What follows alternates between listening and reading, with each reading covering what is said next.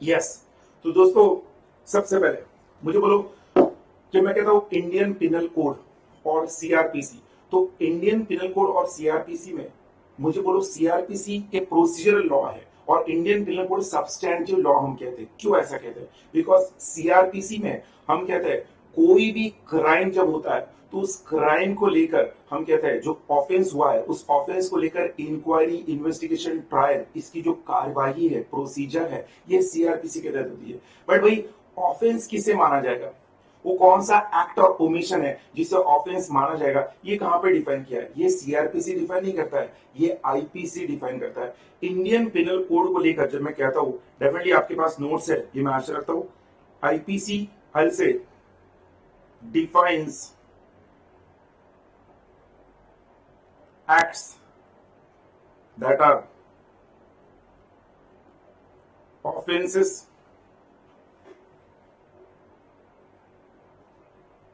मैंने मोबाइल तो बंद कर दिया, अभी इको नहीं होना चाहिए। IPC defines acts that are offences and levies punishment for those offenses। तो आपको समझना क्या है, हम जब सीआरपीसी के अंदर कोई भी ऑफेंस की बात करते हैं, ये ऑफेंस जनरली कहां पे डिफाइंड है? आईपीसी। सीआरपीसी में हम कहते हैं ऑफेंस बनने के लिए क्या जरूरी है? मेंस रिया जरूरी है। सीआरपीसी की बात कर रहा हूं मैं, मेंस रिया है तो ऑफेंस होगा, ऑफेंस है तो कंप्लेंट होगा, कंप्लेंट है तो इंक्वायरी होगी, इंक्वायरी है तो इन्वेस्टिगेशन होगा फर्दर। इंक्वायरी में जो भी जिस पर भी शक होगा उसका फर्दर इन्वेस्टिगेशन होगा, इन्वेस्टिगेशन होगा तो ट्रायल होगा, ट्रायल कोर्ट के अंदर होगा और उसके बाद गिल्टी या नॉट गिल्टी ये कौन डिसाइड करेगा? कोर्ट ऑफ लॉ डिसाइड करेगा। और इस कोर्ट ऑफ लॉ के बाद जो गिल्टी नॉट गिल्टी होने के बाद पनिशमेंट देना है कि नहीं देना है, ये भी कोर्ट ऑफ लॉ डिसाइड करेगा। अगर पनिशमेंट गिल्टी है तो मिलेगा। मतलब अगर आप मुझे पूछोगे तो इस पूरे डिस्कशन में, इस पूरे चार्ट में मेंस रिया एंड ऑफेंस, इसका डिस्कशन इंडियन पिनल कोड में दिया। कंप्लेंट से लेकर इंक्वायरी, इन्वेस्टिगेशन, ट्रायल तक का पूरा डिस्कशन गिल्टी, ये सीआरपीसी में दिया है। एंड अगेन पनिशमेंट जो दिया है वो इंडियन पिनल कोड में दिया है। और इसलिए हम कहते हैं Indian penal code is a substantive law वेराज CrPC is a procedural law. Specifically Indian penal code ये उन ऑफेंसेस को लेकर है जो सीआरपीसी के तहत क्रिमिनल ऑफेंसेस माने जाएंगे। Yes, it is applicable for old syllabus also. Old syllabus में भी सीआरपीसी है, सबके लिए है। जो भी ये टॉपिक है सीआरपीसी, ये न्यू सिलेबस, ओल्ड सिलेबस दोनों में है।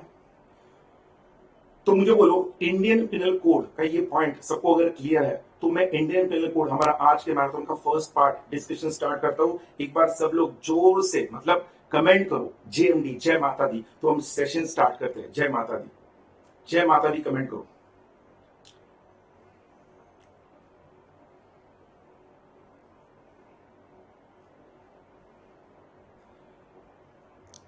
भाई देखने दो ना आप लोग कितने एक्टिव हो, आप लोग भी कितने आतुर हो। हम सब ये सेशन जब शुरुआत कर रहे हैं, आपका भी अलर्टनेस जरूरी है ना सबका। ओके, तो सब लोग अब अलर्ट हो चुके हैं। इंडियन पिनल कोड का डिस्कशन मैं स्टार्ट करता हूं। देखो दोस्तों, आपको जो नोट्स दिए उस नोट्स को ही हम रेफर करेंगे। आई प्रिज्यूम नोट्स सबके पास है, नोट्स इस लिंक के अंदर भी है। आपने वो नोट्स डाउनलोड किए होंगे, प्रिंट निकाल लिए होंगे, ऐसा मैं आशा रखता हूं। इस इंडियन पिनल कोड के अंदर दोस्तों हम लोग एक इंपॉर्टेंट डिस्कशन जो है जुरिसडिक्शन का करेंगे। Before I go to that jurisdiction part, मैंने इंडियन पिनल कोड का ऑब्जेक्टिव बता दिया है। आपको ये पता है कि इंडियन पिनल कोड के अंदर जब किसी व्यक्ति को लायबल करना होता है तो क्रिमिनल रॉन्ग होता है, जब वो मोर सीरियस होता है तो आईपीसी के तहत ऑफेंस होगा, और अगर वो लेस सीरियस है तो वो सिविल रॉन्ग होता है, टॉर्शियस एक्ट होता है।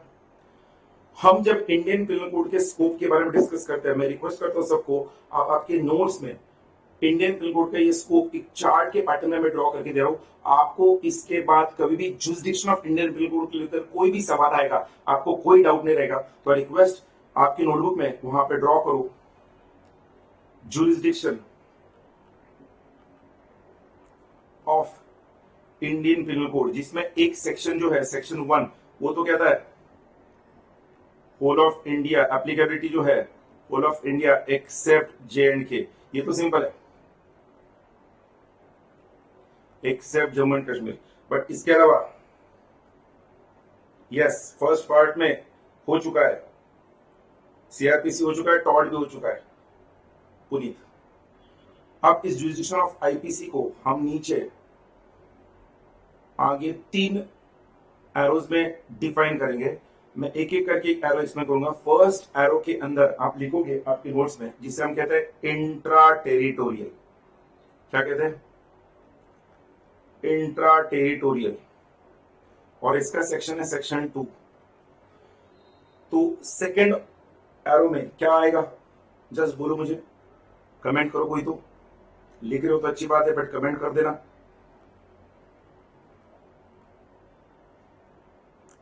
हाँ भाई, अभी भी लिखना पड़ेगा साकेत, प्लीज ऐसे सवाल मैराथन में मत करो बेटा, बिकॉज अभी भी इसको लेकर कोई नोटिफिकेशन जारी नहीं हुआ है। एक्स्ट्रा टेरिटोरियल, उसके बाद थर्ड एरो में क्या लिखना पड़ेगा? बोलो। एक्सपांड्स ऑन सेक्शन 3, जिसको हम कहते हैं एक्सटेंशन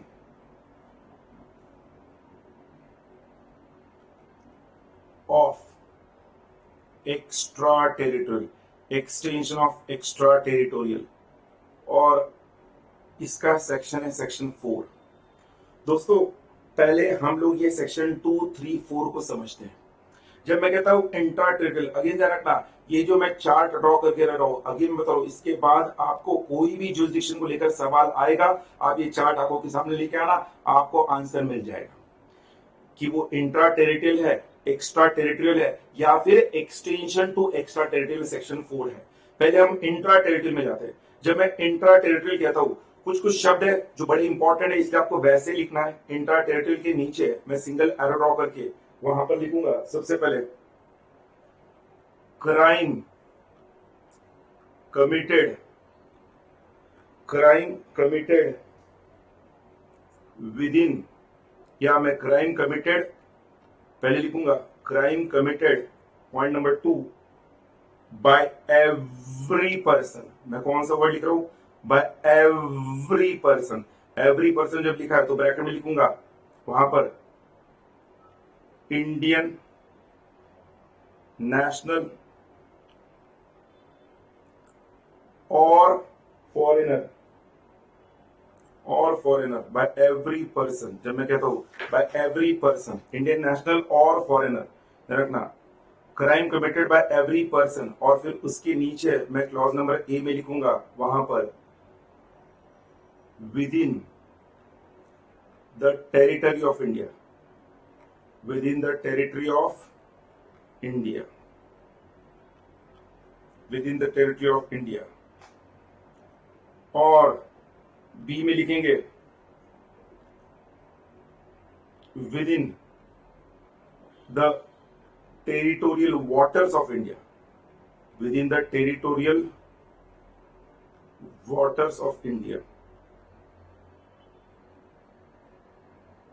और सी में लिखेंगे on any ship oblique aircraft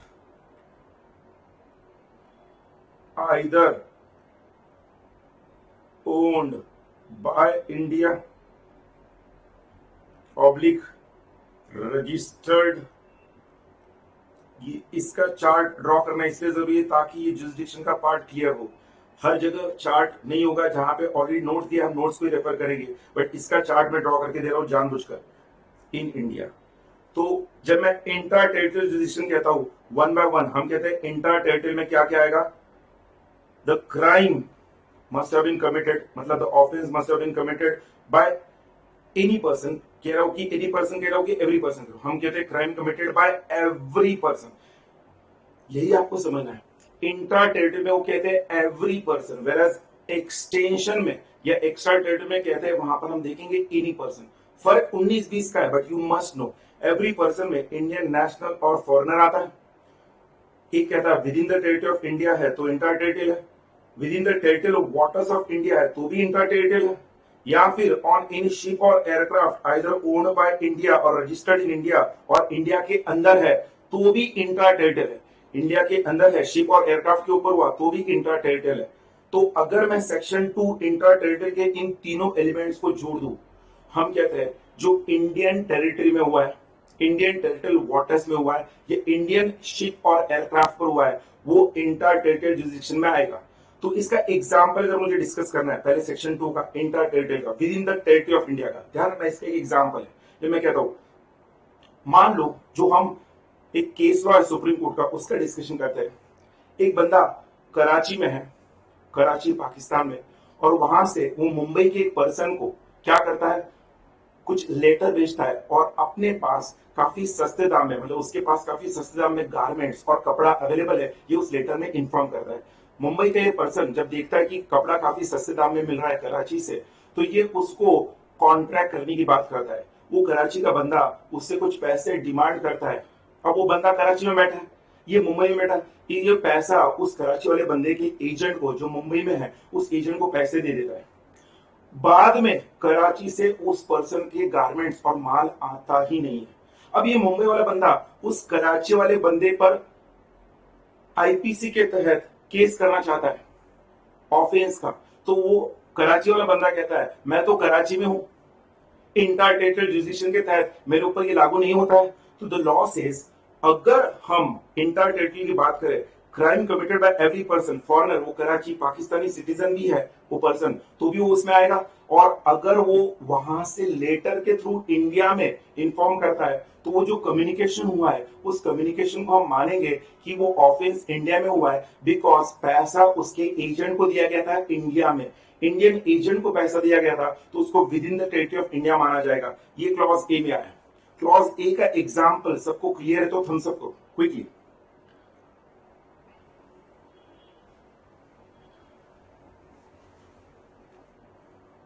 मैं वेट कर रहा हूं। भले वो कराची वाला बंदा पाकिस्तानी सिटीजन था, बट उसको भी सेक्शन 2 के तहत इंट्रा टेरिटोरियल जुरिसडिक्शन में लायबल किया जाएगा, सेक्शन 2 के तहत। अगर सबको क्लियर है क्लॉज ए, तो क्लॉज बी में जाते हैं जो लिखा है within the territorial waters of India. इसका भी बहुत अच्छा example, within the territorial waters of India, you have to understand. ध्यान रखना, एक बंदा स्विट्जरलैंड का जो इकोनॉमिक कैपिटल है, जैसे हमारा इकोनॉमिक कैपिटल इंडिया का मुंबई है, वैसे स्विट्जरलैंड का इकोनॉमिक कैपिटल जूरिच है। एक बंदा जूरिच से एक स्विस प्लेन के तहत, स्विस प्लेन में बैठ के निकलता है मनीला के लिए, मनीला फिलीपींस के अंदर है। वो स्विस प्लेन इंडिया में आता है, मुंबई पर हॉल्ट करता है और मुंबई से अगेन मनीला जा रहा है। अब ये बंदा जब स्विस प्लेन में बैठा हुआ है, इसके पास 34 केजीज गोल्ड है, और जब वो मुंबई पर प्लेन रुका हुआ है, उस वक्त कस्टम्स वाले जब उसकी सर्च करते हैं तो उन्हें 34 केजी गोल्ड मिलता है। अब उसे फॉरेन एक्सचेंज रेगुलेशन एक्ट के तहत उसको कस्टडी में लिया जाता है। वो कहता है भाई मैं तो आपके देश में आ भी नहीं रहा हूं, मैं तो स्विट्जरलैंड का नागरिक हूं, स्विस प्लेन में हूं और मैं जा रहा हूं मनीला। तो लॉ कहता है भैया सेक्शन 2 इंट्रा टेरिटोरियल जुरिसडिक्शन कहता है अगर within the territorial waters of India है, within the territorial waters of India है, क्योंकि वो प्लेन अब इंडिया के अंदर है, within the territorial waters of India है, तो ऐसे केस में तुम्हें लायबल किया जा सकता है इंडियन पिनल कोड के तहत, और उन्होंने उसे लायबल किया। हालांकि ये फॉरेन एक्सचेंज रेगुलेशन एक्ट 1973 की बात है, बट हुआ है, तो वो केस यहां पर लागू होता है। अरे बोलो भाई within the territorial waters of India, plane कौन सा था, स्विस प्लेन था, जुरिच से निकला था मनीला के लिए, बट सिर्फ क्योंकि वो मुंबई रुका था तो वो with in the territorial waters of India माना गया। अगर बी एग्जाम्पल समझा है तो इस बार ओके लिखो, तो मैं सी में जाता हूं। ध्यान रखना हर एक पॉइंट का एग्जाम्पल दिमाग में रखोगे ना तो आप वो कंसेप्ट लिख पाओगे एग्जाम में। Section 2 intra territorial jurisdiction, okay लिखो इस बार।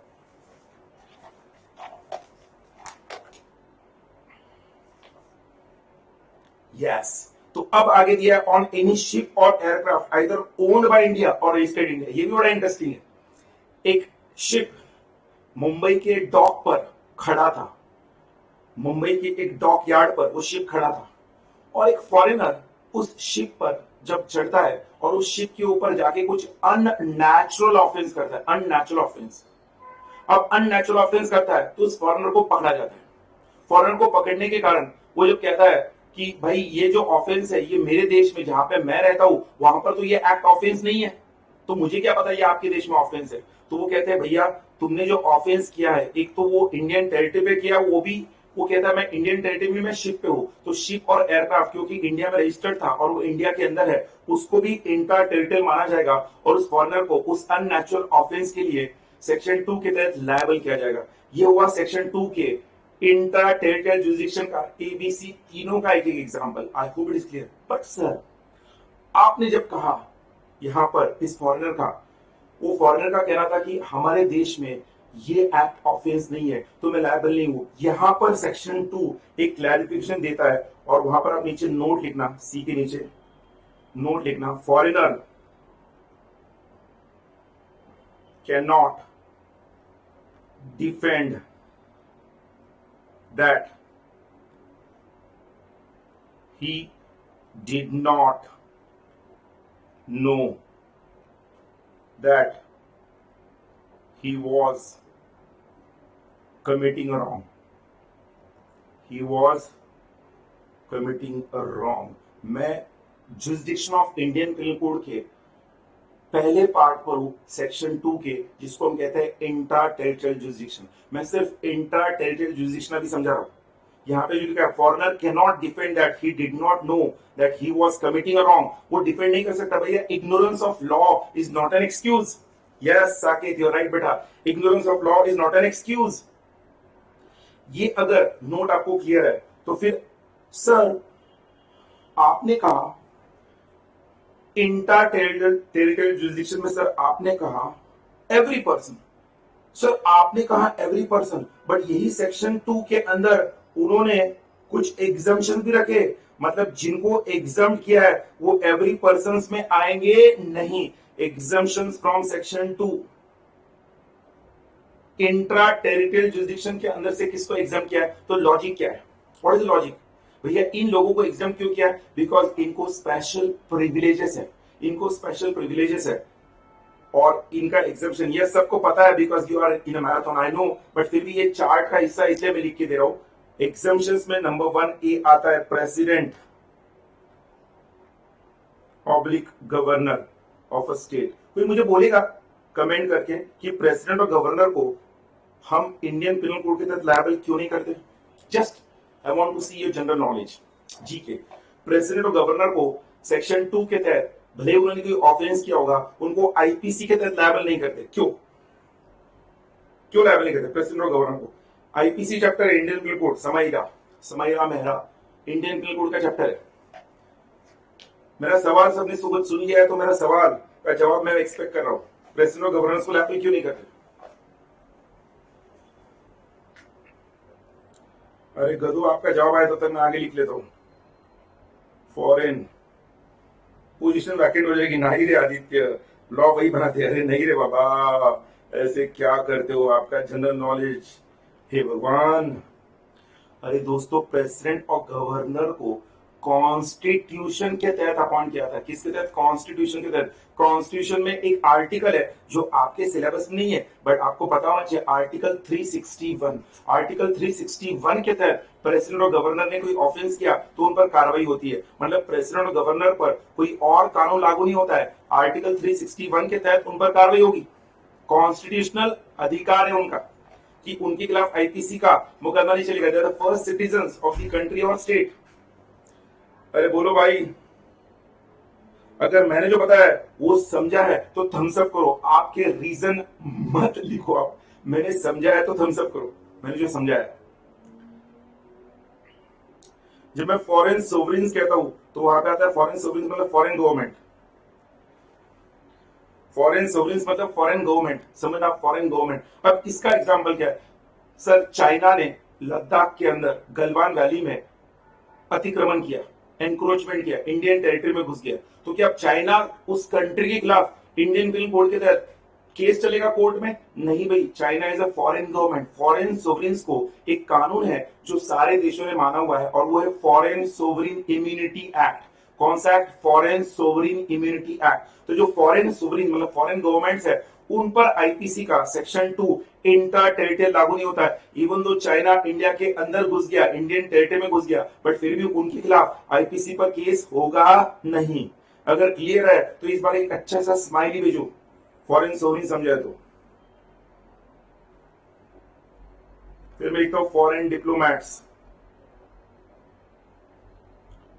Oblique ambassadors. देखो फॉरेन सोवरेन अलग है और फॉरेन डिप्लोमैट्स एम्बेसडर्स मतलब क्या? ये जो वीजा आपको इशू करते हैं ना यूएस एम्बेसी में, हम कहते हैं, या यूके एम्बेसी में जो वीजा देते हैं, वहां पे फॉरेन डिप्लोमैट, फॉरेन ऑफिसर्स होते हैं उस देश के, भले वो इंडिया में है। आपने इंडियन कॉन्ट्रैक्ट एक्ट में पढ़ा है, they are disqualified by law, they are disqualified by law. तो उन पर कोई इंडियन पीनल कोड का केस नहीं चलेगा। अगर उन्होंने कोई ऑफेंस किया तो उन्हें अपने देश में भेजा जाता है और वहां पे मुकदमा चलता है। Foreign diplomats, foreign ambassadors. Then D में हम कहते हैं फॉरेन आर्मी। बट भाई कौन सी फॉरेन आर्मी? जो फॉरेन आर्मी में तो कोई भी फॉरेन आर्मी इंडिया में आएगी और बोलेगी ऐसा नहीं, हमारे ऊपर ऑफिस नहीं चल सकता। भैया वो फॉरेन आर्मी जो इंडियन गवर्नमेंट के परमिशन से इंडिया में आई है, हम कहते हैं ना मिलकर ज्वाइंट अभ्यास करते हैं, इंडिया की और रशिया की आर्मी ने मिलकर ज्वाइंट अभ्यास किया, तो वो फॉरेन आर्मी अगर इंडियन गवर्नमेंट की परमिशन से इंडिया में है और उस फॉरेन आर्मी के किसी पर्सन ने कोई ऑफेंस किया, तो उनको सेक्शन 2 के तहत लायबल नहीं किया जाएगा। इंटर टेरिटोरियल जुरिडिक्शन, यहां पर जुरिडिक्शन का first section, section 2 inter territorial खत्म हुआ। अगर कल को शॉर्ट नोट आता है इंटर टेरिटोरियल का, तो कैसे लिखना है वो भी मैंने इस चार्ट के अंदर आपको बता दिया है। आई होप सेक्शन 2 सबको क्लियर है। अगर सेक्शन 2 क्लियर है तो इस बार ओके लिखो, तो मैं सेक्शन 3 में जाता हूं। भाई मैं बीच बीच में आपको ऐसा सवाल करते रहूंगा ताकि मुझे देखना है कितने लोग एक्टिवली इन्वॉल्व है।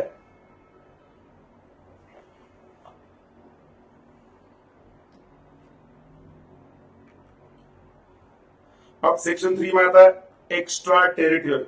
जब मैं एक्स्ट्रा टेरिटोरियल कहता हूं सेक्शन 3, तो आपको समझना है सेक्शन 3 में हम अगेन वो पॉइंट लिखेंगे, crime committed, crime committed outside the territory of India, outside the territory of India, crime committed outside the territory of India। Point number B में लिखेंगे उधर 2 में, by an Indian national, by an Indian national। Section 2 में क्या था? Every person. Section 3 में क्या है? by an Indian national, by an Indian national. तो उसका अगर एग्जाम्पल मुझे देना है, एग्जाम्पल मैं कहूंगा an Indian murdered by another Indian. हर एक एलिमेंट का जब एग्जाम्पल हम वहां पर देखते हैं, उस एग्जाम्पल जो कंसेप्ट दिमाग में रख सकते हैं, in a foreign country, definitely in foreign country. बहुत सिंपल है, सेक्शन 3 हो गया। सेक्शन 3 इतना ही है। एक्स्ट्रा टेरिटोरियल जो कहता है outside the territory of India, offence हुआ है और किसने किया है? इंडियन नेशनल ने किया, खत्म। इंडियन नेशनल ने ऑफेंस किया है, एक्स्ट्रा टेरिटोरियल किया है, N Indian murdered by another Indian in a foreign country, तो वहां पर एक्स्ट्रा टेरिटोरियल जुरिडिक्शन आता है। सेक्शन 3 के बाद सेक्शन 4, जिसको हम कहते हैं, सेक्शन 4 आपको सेक्शन 3 पर क्लैरिटी देगा। सेक्शन 4 जिसको हम कहते हैं expands on सेक्शन 3, और वहां पर हम कहते हैं सेक्शन 4 के अंदर फर्स्ट इंडियन या Indians for any of the offences या offence committed outside and beyond India. मैं कहता हूं आप लोग सिर्फ मेरे साथ अंत तक रहो, इतना मजा आएगा। आज एंड ऑफ द डे आप बोलोगे सर इतनी पढ़ाई हो गई जो हम 4-5 दिन में नहीं कर सकते, वो हमने एक दिन में कर दी। बस मेरे साथ बने रहो, चिपके रहो और अलर्ट रहो। जब भी मैं सवाल पूछूं तो जवाब जरूर दो। Expands on section 3, extension of extra territory का फर्स्ट पॉइंट लिखा है Indians for any of the offence committed outside and beyond India. अगर किसी भी भारतीय ने इंडिया के बाहर आउटसाइड एंड बियॉन्ड इंडिया कोई ऑफेंस किया है तो वहां पर भी हम सेक्शन 4 का एक्सटेंशन कर सकते हैं। तो फिर एक सवाल स्टूडेंट पूछते हैं, सर सेक्शन 3 में और सेक्शन 4 की इस पॉइंट में फर्क क्या है? भाई सेक्शन 3 में मैंने बताया था एक इंडियन ने दूसरे इंडियन के खिलाफ, एक इंडियन ने दूसरे इंडियन का मर्डर किया। यहां पर मैं कह रहा हूं एक इंडियन ने फॉरेन कंट्री में किसी फॉरेनर का मर्डर किया, वहां के कोर्ट में तो केस चलेगा, बट वहां के कोर्ट के बाद अगर इंडिया में उसे भेजा जाता है तो इंडिया में भी केस चल सकता है under extension of section 3, that is section 4, Indians for any of the offence committed outside and beyond India. Number 2, any person in any place, ये बड़ा इंपॉर्टेंट है, विदाउट एंड बियॉन्ड इंडिया। आज के साइबर युग में ये बड़ा कठिन हो रहा है ऐसे लोगों को पकड़ने में। फॉर टारगेटिंग, उस कंट्री में भी होगा रे बेटा निष्ठा, उस कंट्री में पनिश होने के बाद इंडिया में उसको अगर भेजा गया तो इंडिया में भी पनिशमेंट होगा। उस कंट्री में मान लो 3 साल की सजा है, 3 साल की सजा काट के इंडिया में आया, बट इंडिया में उसी ऑफेंस के लिए अगर 8 साल है तो 5 साल इंडिया में भी गुजारने पड़ेंगे। समझा निष्ठा? ओके बोलो okay. Any person in any place without and beyond India for targeting computer resource located in India. मतलब क्या? मतलब क्या? कोई बोलेगा without and beyond India for targeting computer resource located in India. अरे दोस्तों मतलब क्या बोलो? अरे हम इसको कहते हैं हैकिंग। अरे भाई चाइना में बैठकर, पाकिस्तान में बैठ के किसी बंदे ने इंडिया के अंदर गवर्नमेंट के किसी वेबसाइट से, डिफेंस मिनिस्ट्री के वेबसाइट से या पीएमओ के ऑफिस से कोई डाटा चुराने की कोशिश की, कोई इंफॉर्मेशन चुराने की कोशिश की, वहां पे कंप्यूटर का जो सर्वर था उसको हैक करके उसकी इंफॉर्मेशन निकालने की कोशिश की, तो उसको हम यहां पर सेक्शन 4 के एक्सटेंशन के अंदर लागू करते, क्योंकि यहां पर अगर हम कह रहे any person in any place without and beyond India, तो इसका एग्जाम्पल मैंने क्या कहा? Hacking. And number 3, any person on any ship और एयरक्राफ्ट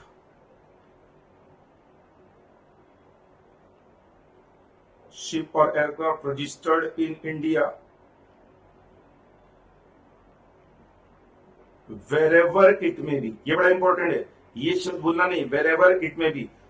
सर सेक्शन 2 में भी शिप और एयरक्राफ्ट था, वो इंडिया में था, रजिस्टर्ड इंडिया में था और इंडिया में था। ये शिप और aircraft registered in India but wherever it may be माने इंडिया के बाहर हो, तो extension of section 4, so extension of section 3 ये यहाँ पर आएगा सेक्शन 4 में। And then point number 4, offences committed. ये पॉइंट नंबर 4 अगेन स्टूडेंट को देखता नहीं है। Offences committed on land, high seas and air by Indian nationals और अदर। यार भाई I know it's marathon, but जहां पे जो इंपॉर्टेंट सेक्शन है जिसको लेके कंप्लीट क्लैरिटी होना चाहिए, मैं वहां पर आपको इसलिए चार्ट दे रहा हूं ताकि आज के बाद आप फिर से ये ना बोलो कि सर जुरिडिक्शन का पार्ट समझता नहीं। तो दोस्तों इसलिए जहां पर वो पार्ट सिंपल होगा हम फटाफट डिस्कस करके आगे बढ़ने वाले। हर एक चीज लिख के नहीं दे रहा हूं मैं, समझना। Offences committed on land, high seas and air by Indian nationals और अदर, जिसको हम क्या कहते हैं? हम कहेंगे a ship in the high seas. High seas मतलब समुद्र का वो हिस्सा किसी एक देश के अंडर नहीं आता है, उसको हम हाई सीज कहते हैं। Is considered to be a floating island. क्योंकि वो शिप हाई सीज में है उसको फ्लोटिंग आइलैंड माना जाएगा, और क्योंकि उस शिप पर island belonging to the nation belonging to the nation whose flag the ship carries, the ship flies। क्योंकि उस शिप के ऊपर जिस देश का झंडा है वो हाईसीज में है, तो हाईसीज वो हिस्सा है समुद्र का जो किसी एक देश का उस पर अधिकार नहीं होता है, बट शिप पर जिस देश का झंडा है वो उस देश का एरिया माना जाएगा। इसलिए हम उस शिप के पार्ट को भी, उस शिप पर कोई ऑफेंस हुआ है तो भी हम उसको क्या मानेंगे, एक्स्ट्रा टेरिटरी के एक्सटेंशन लेंगे अगर वो शिप इंडिया की है तो। Ship in the high seas to be floating island belonging to nation whose flag the ship flies. और इस अधिकार को हम कहते हैं, वहां पर कहेंगे whether the ship is in high seas और रिवर्स मूविंग है या फिर स्टेशनरी, शिप खड़ी है या शिप समुद्र में चल रही, फर्क नहीं पड़ता। उस केस में हम सेक्शन 4 का एप्लीकेबिलिटी जो कहते हैं उसे कहते हैं एडमरल्टी। आपने ये वर्ड पढ़ा होगा, एडमरल्टी जुरिसडिक्शन। एडमरल्टी जुरिसडिक्शन क्या कहते हैं उसे, एडमरल्टी जुरिसडिक्शन। एडमरल्टी जुरिसडिक्शन अगर कई बार एग्जाम में 3 मार्क का क्वेश्चन आ गया, व्हाट इज एडमरल्टी जुरिसडिक्शन, तो आपको पूरा जुरिसडिक्शन लिखना नहीं है, आपको सिर्फ ये पॉइंट नंबर 4 लिखना है जो मैंने लिखा है। ये जो पॉइंट नंबर 4 है ना, सिर्फ इतना ही लिखना है, इतना ही लिखना है, एडमरल्टी जुरिसडिक्शन। अब इस एडमरल्टी का मतलब क्या है, क्योंकि क्वेश्चन आ सकता है एडमरल्टी जुरिसडिक्शन, तो एडमरल्टी का मीनिंग में लिख रहा हूं आपके नॉलेज के लिए, जिसे हम कहते हैं jurisdiction of court of law. Jurisdiction of court of law over cases concerning ships or the sea and other navigable waters। भैया समंदर का वो हिस्सा, शिप या समंदर का वो हिस्सा जहां पे कोर्ट का जुरिसडिक्शन लागू होगा उस देश का, जिस देश का झंडा उस शिप के ऊपर है, तो उस जुरिसडिक्शन को हम कहते हैं एडमरल्टी जुरिसडिक्शन। यहां पर section 2, 3, 4 is completed. Jurisdiction of Indian penal code, definitely एक सेक्शन 5 जो कहता है भैया आर्मी पर, सोल्जर्स पर, एक आर्म्ड फोर्सेस कानून है, आर्म्ड फोर्सेस, तो वहां पर इंडियन पिनल कोड का कोई ऑफेंस लगेगा नहीं। अगर आर्मी का कोई बंदा है तो उसके ऊपर आर्मी के तहत कार्रवाई होगी, वो हम डिस्कस नहीं करते, ये मेन पार्ट था section 2, 3, 4। I hope it is clear. Clear है तो थम्स अप करो। एक बार ध्यान से देखो, मैं 30 सेकंड से 1 मिनट दे रहा हूं सेक्शन 2, 3, 4 को लेकर, जुरिसडिक्शन को लेकर। 2, 3, 4 में कोई डाउट है तो, अंडरस्टैंडिंग वाला डाउट है तो कमेंट करो, कोई नया क्वेरी क्रिएट मत करो। अगर समझा है तो थम्स अप करो क्विकली। मैं आगे बढ़ता हूं। एडमरल्टी वापस समझो, एडमरल्टी का मीनिंग लिख कर दिया मोनिका बेटा। एडमरल्टी क्या कहता है, जब क्रूज होता है ना, क्रूज मोनिका, क्रूज समंदर के अंदर हाई सीज में आता है। सिंगापुर जाओगे ना, सिंगापुर में क्रूज होता है, हाई सीज में आता है। हाई सीज मतलब समंदर का वो हिस्सा जो किसी एक देश के कंट्रोल में नहीं रहता है। तो क्रूज जब किसी एक देश का फ्लैग कैरी कर रहा है तो उस जगह को, भले वो हाई सीज में है, उसको भी वहां पर भी उस देश का कानून लागू होगा। मतलब इंडियन शिप है और वो हाई सीज में, क्योंकि इंडिया का फ्लैग है, भले वो वाटर इंडियन टेरिटोरियल वाटर्स नहीं है, वो हाई सीज है, किसी एक देश के अंडर नहीं आता है, बट उसको भी हम इंडियन पिनल कोड एप्लीकेबल करेंगे। इसको हम एडमरल्टी जुरिसडिक्शन कहते हैं। मोनिका बेटा समझा है? मोनिका,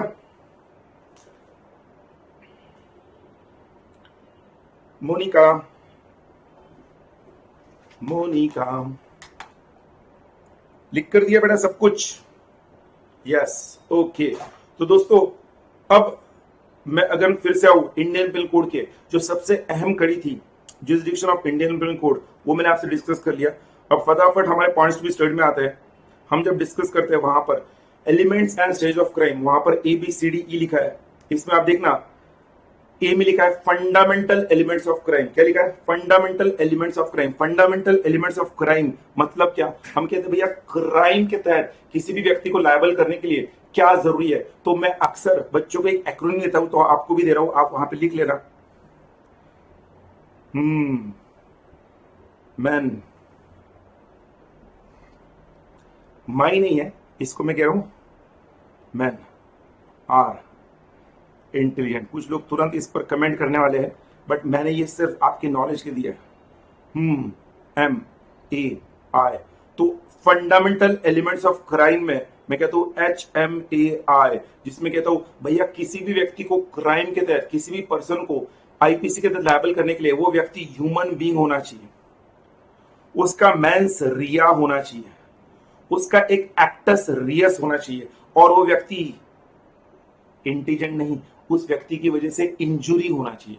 मतलब हम कहते हैं किसी भी पर्सन को क्राइम के लिए लायबल करना है, क्राइम कोई भी एक्ट, कोई भी उस व्यक्ति का कंडक्ट और बिहेवियर क्राइम कब माना जाएगा, जब वो ह्यूमन बीइंग ने किया है, उसका मेंस रिया था।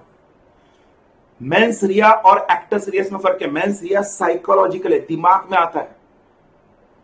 एक्टस रियस फिजिकल है, जो एक्शन वो करता है। मेंस रिया इल मोटिव, मोटिव उसका गलत है, बट मोटिव गलत होके चलता नहीं है, मोटिव के साथ साथ एक्शन भी होना चाहिए। तो उस व्यक्ति ने, ह्यूमन बीइंग ने मेंस रिया के साथ साथ एक्शन किया है, और उस एक्शन से इंजुरी हुआ है या इंजुरी होने की कोशिश हुई है। इंजुरी होना जरूरी नहीं है, इंजुरी की कोशिश भी हुई है, अटेम्प्ट भी हुआ है, तो भी हम मानेंगे उसे क्राइम हुआ है। अब ह्यूमन बीइंग जब कहता है तो वो अक्सर कहते हैं वहां पर कि भाई अगर एनिमल ने किया है तो एनिमल का जो ओनर है उसको लायबल किया जाएगा। कंपनी का जब सवाल आता है, कंपनी के केस में कंपनी के जो कौन directors, secretaries, officer in default है, वो कंपनी के केस में लायबल होंगे। कंपनी पर्सन की डेफिनेशन में आती है, ह्यूमन बीइंग भले नहीं है बट कंपनी पर्सन है, तो कंपनी की तरफ से कोई एक्ट हुआ है, जैसे आपने प्रोस्पेक्टस में पढ़ा होगा, प्रोस्पेक्टस कंपनीज एक्ट में क्रिमिनल लायबिलिटी, सिविल लायबिलिटी, तो क्रिमिनल लायबिलिटी के तहत कंपनी को भी लायबल किया जा सकता है। कंपनी अपने आप को बचा नहीं सकती, बिकॉज एक डॉक्ट्रिन है, डॉक्ट्रिन ऑफ अल्टर ईगो, जिसमें आपने पढ़ा होगा लिफ्टिंग ऑफ कॉर्पोरेट विल। तो कंपनी के केस में अगर कंपनी के बिजनेस को लेकर है तो कंपनी के उन ऑफिसर इन डिफॉल्ट को लायबल किया जाएगा इम्प्रिजनमेंट के ऑप्शन के लिए, और फाइन के लिए डेफिनेटली कंपनी लायबल होगी। अरे बोलो भाई, मैंने जो बताया फंडामेंटल एलिमेंट्स ऑफ क्राइम, अगर क्लियर है तो इस बार जेएमडी लिखो। Fundamental elements of crime clear है तो जेएमडी लिखो। मैं आगे बढ़ता हूं क्विकली, वन बाय वन आगे बढ़ना है भाई, टाइम नहीं इतना। मैंने criminal liability of corporate bodies भी बता दिया आपको। अरे यस और नो?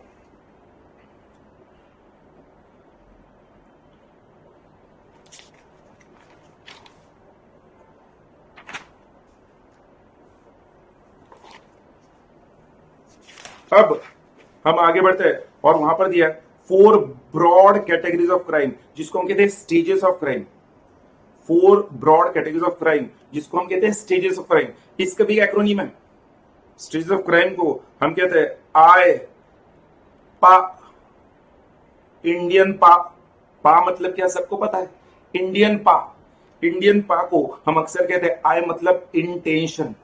और ध्यान रखना, यहां पर जब मैं इंटेंशन कहता हूं दोस्तों प्लीज समझना, इंटेंशन एक फर्स्ट स्टेज है क्राइम के लिए।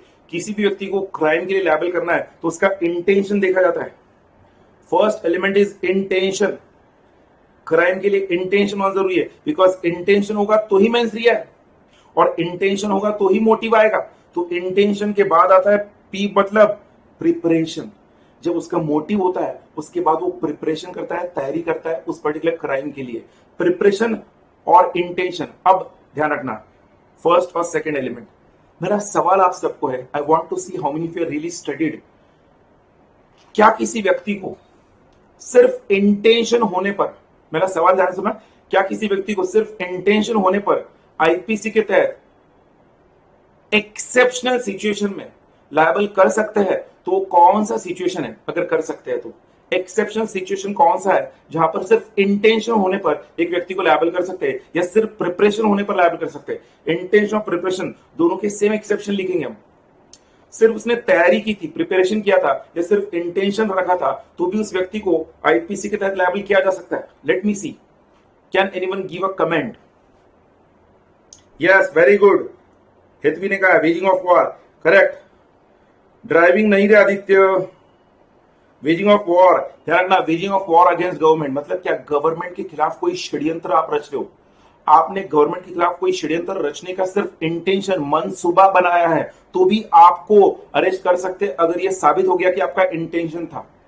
या प्रिपरेशन मतलब क्या, आपने गवर्नमेंट के खिलाफ वॉर का प्रिपरेशन किया है, अभी तक वॉर किया नहीं, वॉर का प्रिपरेशन किया है तो भी उसके लिए आपको लायबल किया जा सकता है। नॉर्मली इंटेंशन और प्रिपरेशन में एक व्यक्ति लायबल नहीं होता है, बट एक्सेप्शनल सिचुएशन जैसे waging of war against government या फिर इंटेंशन टू कमिट अ डकैती या प्रिपरेशन टू कमिट अ डकैती, डकैती मतलब डाका, चोरी, डाका डालना, उस केस में उस व्यक्ति को लायबल किया जा सकता है। बट ध्यान रखना ये एक्सेप्शनल सिचुएशन है, स्टूडेंट लिख के आते हैं इंटेंशन के लिए लायबल किया जाएगा।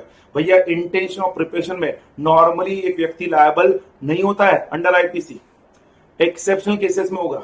अच्छा, अटेम्प्ट अगर है, इंटेंशन प्रिपरेशन और अटेम्प्ट है, अटेम्प्ट अगर हुआ तो उस व्यक्ति को डेफिनेटली लायबल किया जा सकता है। अब ध्यान रखना इंडियन पिनल कोड अटेम्प्ट मतलब क्या, अटेम्प्ट मतलब क्या इसको डिफाइन करता है।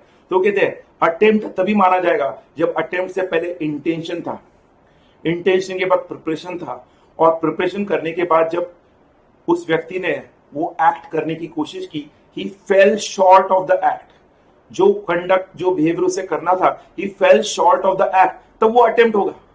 बट अगर उसका इंटेंशन था, प्रिपरेशन था और उसने एक्ट किया and he accomplish the act, तो अकम्प्लिशमेंट में आएगा। आई पा लास्ट ए मतलब अकम्प्लिशमेंट में आया था अटेम्प्ट पर। ध्यान रखना अटेम्प्ट इंडियन पिनल कोड कहता है कुछ केसेस में जो ऑफेंसेस हुए वहां पर अकम्प्लिशमेंट के अंदर जो सजा होगी, कुछ केसेस में अटेम्प्ट में भी वही सजा होती है, कुछ केसेस में अटेम्प्ट में लेस सजा होगी। It depends on the nature of offence. मतलब क्या, अटेम्प्ट के और अकम्प्लिशमेंट के केस में ही इंडियन पिनल कोड सजा देता है जनरली, नॉर्मली। एक्सेप्शनल सिचुएशन की बात नहीं कर रहे। तो बोलो मुझे 4 ब्रॉड कैटेगरी ऑफ क्राइम, अगर सबको क्लियर है तो इस बार थम्स अप करो। मैं आगे बढ़ता हूं नेक्स्ट। देखो हर चीज नहीं लिख रहे, मैं शॉर्टकट्स दे रहा हूं। आई होप आप शॉर्टकट लिख रहे हो ताकि आप सारे पॉइंट लिख पाओ एग्जाम में आने पर।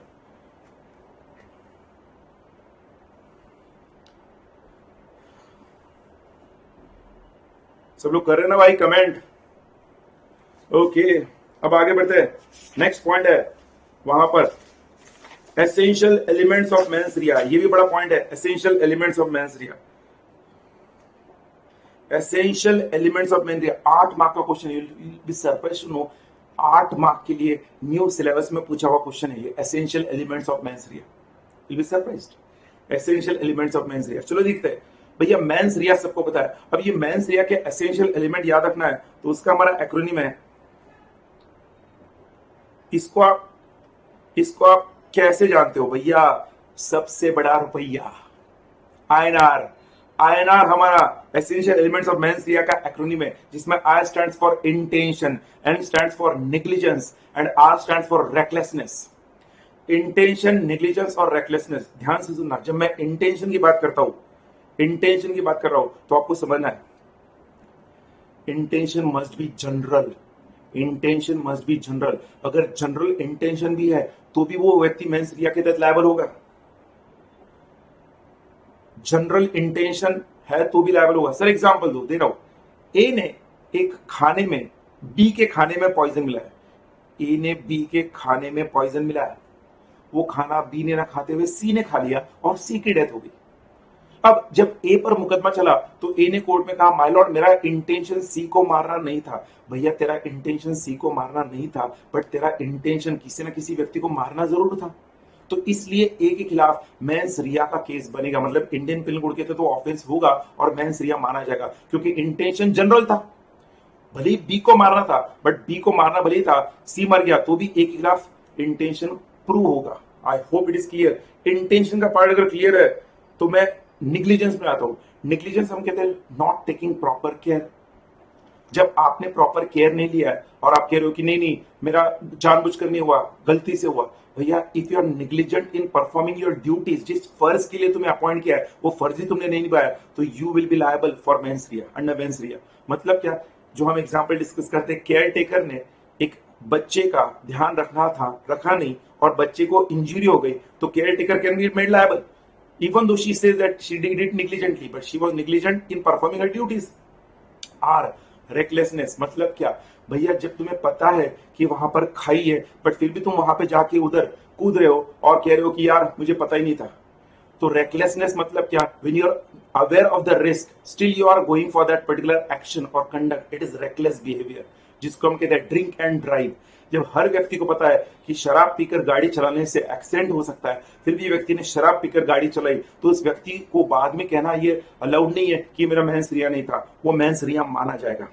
ये मेंस रिया के एसेंशियल एलिमेंट्स है, ये मेंस रिया के एसेंशियल एलिमेंट्स है। इसके कुछ एक्सेप्शंस भी है, कुछ एक्सेप्शंस ऐसे हैं जहां पर मेंस रिया नहीं है तो भी मेंस रिया माना जाएगा। मैं एक्सेप्शंस पर आऊंगा, बट आईएनआर अगर समझा है तो इस बार एक अच्छा सा अगेन स्माइली भेजो। आईएनआर कल को पूछा एसेंशियल एलिमेंट्स ऑफ मेंस रिया क्या है, तो मेंस रिया का डेफिनेशन देगा और डेफिनेशन देके चार्ट ड्रॉ करो 3 एरोज और फिर आईएनआर को एक्सप्लेन करो along with a small example.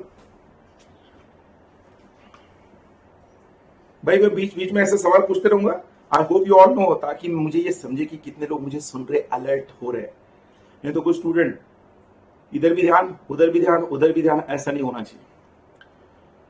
Essential elements of mens रिया हुआ है, हम एक्सेप्शंस ऑफ मेंस रिया में जाते हैं। भैया एक्सेप्शंस में जब जाते हैं ना, मेंस रिया का 8 मार्क का अगर सवाल आया तो सिर्फ एसेंशियल एलिमेंट लिख के थोड़ी चलता है, वो एक्सेप्शन। एक्सेप्शन मतलब क्या, यहां पर अगर मेंस रिया नहीं भी है तो भी आईपीसी के तहत वो व्यक्ति लायबल होगा। मतलब हम कहते हैं मेंस रिया इन केसेस में होना जरूरी नहीं है। और वो एक्सेप्शंस कौन सा है, तो उसको मैंने अक्सर वहां पे डिफाइन किया एक्सेप्शंस को एक पर्टिकुलर पार्ट में। हम कहते हैं इट इज SSSI, ऐसे वो आईसिस वगैरह नहीं कह रहा हूं मैं, SSSI, या कुछ हम कहते हैं सिस, जैसे करना है वैसे करो। कुछ लोग करते हैं ना सिस सिस, यहां पे सिस इस तरह से सिस है। तो मतलब हमें कितने एक्सेप्शन देखने हैं, 4 एक्सेप्शन देखने हैं। इसमें पहला एक्सेप्शन है स्टैट्यूट एक्सक्लूड्स मेंस रिया। स्टूडेंट कोई झेपता ही नहीं, सर स्टैट्यूट एक्सक्लूड्स मेंस रिया मतलब क्या, मुझे आप बोलो। स्टैट्यूट एक्सक्लूड मेंस रिया का एक एग्जांपल अगर मैं आपको दूं, एक व्यक्ति को रिश्वत लेते पकड़ा गया, गवर्नमेंट ऑफिसर था, रिश्वत लेते पकड़ा गया। बाद में ऑफिसर को जब पेश किया गया तो कहता अरे मेरा इंटेंशन नहीं था रिश्वत लेना, वो तो उसने पैसे दिए, मैं तो गिनने के लिए हाथ में लिया था, मेरा इंटेंशन नहीं था। वो कहते भैया अगर तुम इकोनॉमिक क्राइम कर रहे हो, ब्राइब और करप्शन में इन्वॉल्व हो, तुम्हारा मेंस रिया वहां पर देखा नहीं जाएगा, तुम्हें रंगे हाथों पकड़ा गया है, तुम्हें लायबल किया जाएगा आईपीसी के तहत। नंबर 1। नंबर 2, भैया आप अगर एक होटल चला रहे हो और होटल चलाने के लिए आपको पता है कि लाइसेंस की जरूरत है, आपने होटल स्टार्ट कर दिया, लाइसेंस लिया ही नहीं, 1 महीने बाद आ गए फूड एंड ड्रग्स वाले, आपको लाइसेंस पूछा, आपने कहा अभी तक निकाला नहीं है, 1-2 महीने में निकालता हूं। वो कहेंगे नहीं निकाला है तो आपको लायबल किया जाएगा। आप कहते हो मेरा इंटेंशन लाइसेंस निकालना नहीं था, थोड़ा डिले हो गया, वो कहते sorry you will be liable for that offence under Indian penal code because आपने स्टैट्यूट एक्सक्लूड मेंस रिया का ऑफेंस किया। अरे बोलो भाई, लाइसेंस या आपने मोटर व्हीकल्स एक्ट, आपने सिग्नल तोड़ा, आपको पुलिस वाले ने पकड़ लिया, आपके कहना था मेरा इंटेंशन तोड़ना नहीं था सिग्नल, वो तो गाड़ी से एक्सीलेटर घूम गया, मैंने देखा ही नहीं। भैया इंटेंशन देखा नहीं जाएगा, आपने सिग्नल तोड़ा है, वो ऑफेंस माना जाएगा अंडर मोटर व्हीकल्स एक्ट। अरे बोलो स्टैट्यूट एक्सक्लूड मेंस रिया, अगर ये क्लियर है तो आगे आई हम कहते हैं जो मैंने कहा था फॉरेनर का ignorance of law is not an excuse. एक बंदा कहता है जिसको जीएसटी का नोटिस आ गया कि पिछले 5 साल से तुम बिजनेस कर रहे हो, जो बिजनेस कर रहे हो उसके अंदर तुमने जीएसटी पे नहीं किया, वो कहता है क्या होता है जीएसटी, मुझे पता ही नहीं जीएसटी से कुछ है, I am not aware of it. भैया तुम्हें पता हो ना हो, उस केस में ignorance of law is not an excuse, तुम्हारा मेंस रिया माना जाएगा, वो आय हो गया।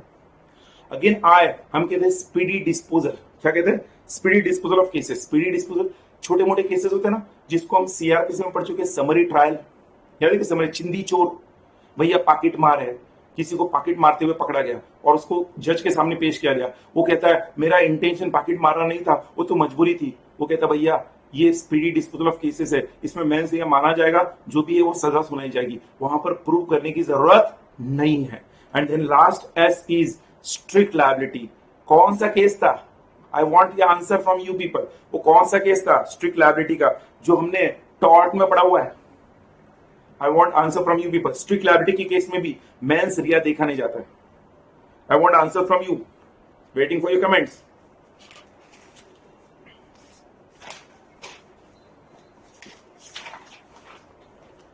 I'm waiting for your comments.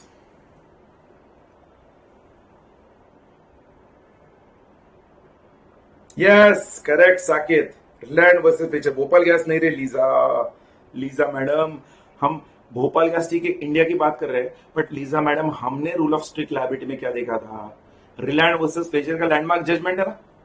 Bhopal gas tragedy definitely India में हुआ था, बट वो हम यहाँ पर रेफरेंस का वो rule of absolute liability strict liability का रेफरेंस आता है, बट टॉर्ट में हमने रिलायंस वर्सेस फ्लेचर जो यूके का केस था लैंडमार्क जजमेंट वो देखा था। तो भैया स्ट्रिक्ट लायबिलिटी के केस में भी हम कहते हैं मेंस रिया देखा नहीं जाएगा।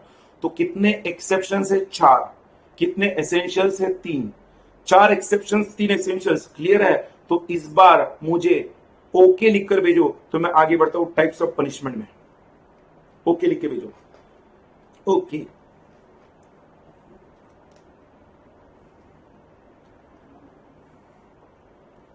बोलो ना, ओके लिख के भेजो, okay. Waiting for you, okay.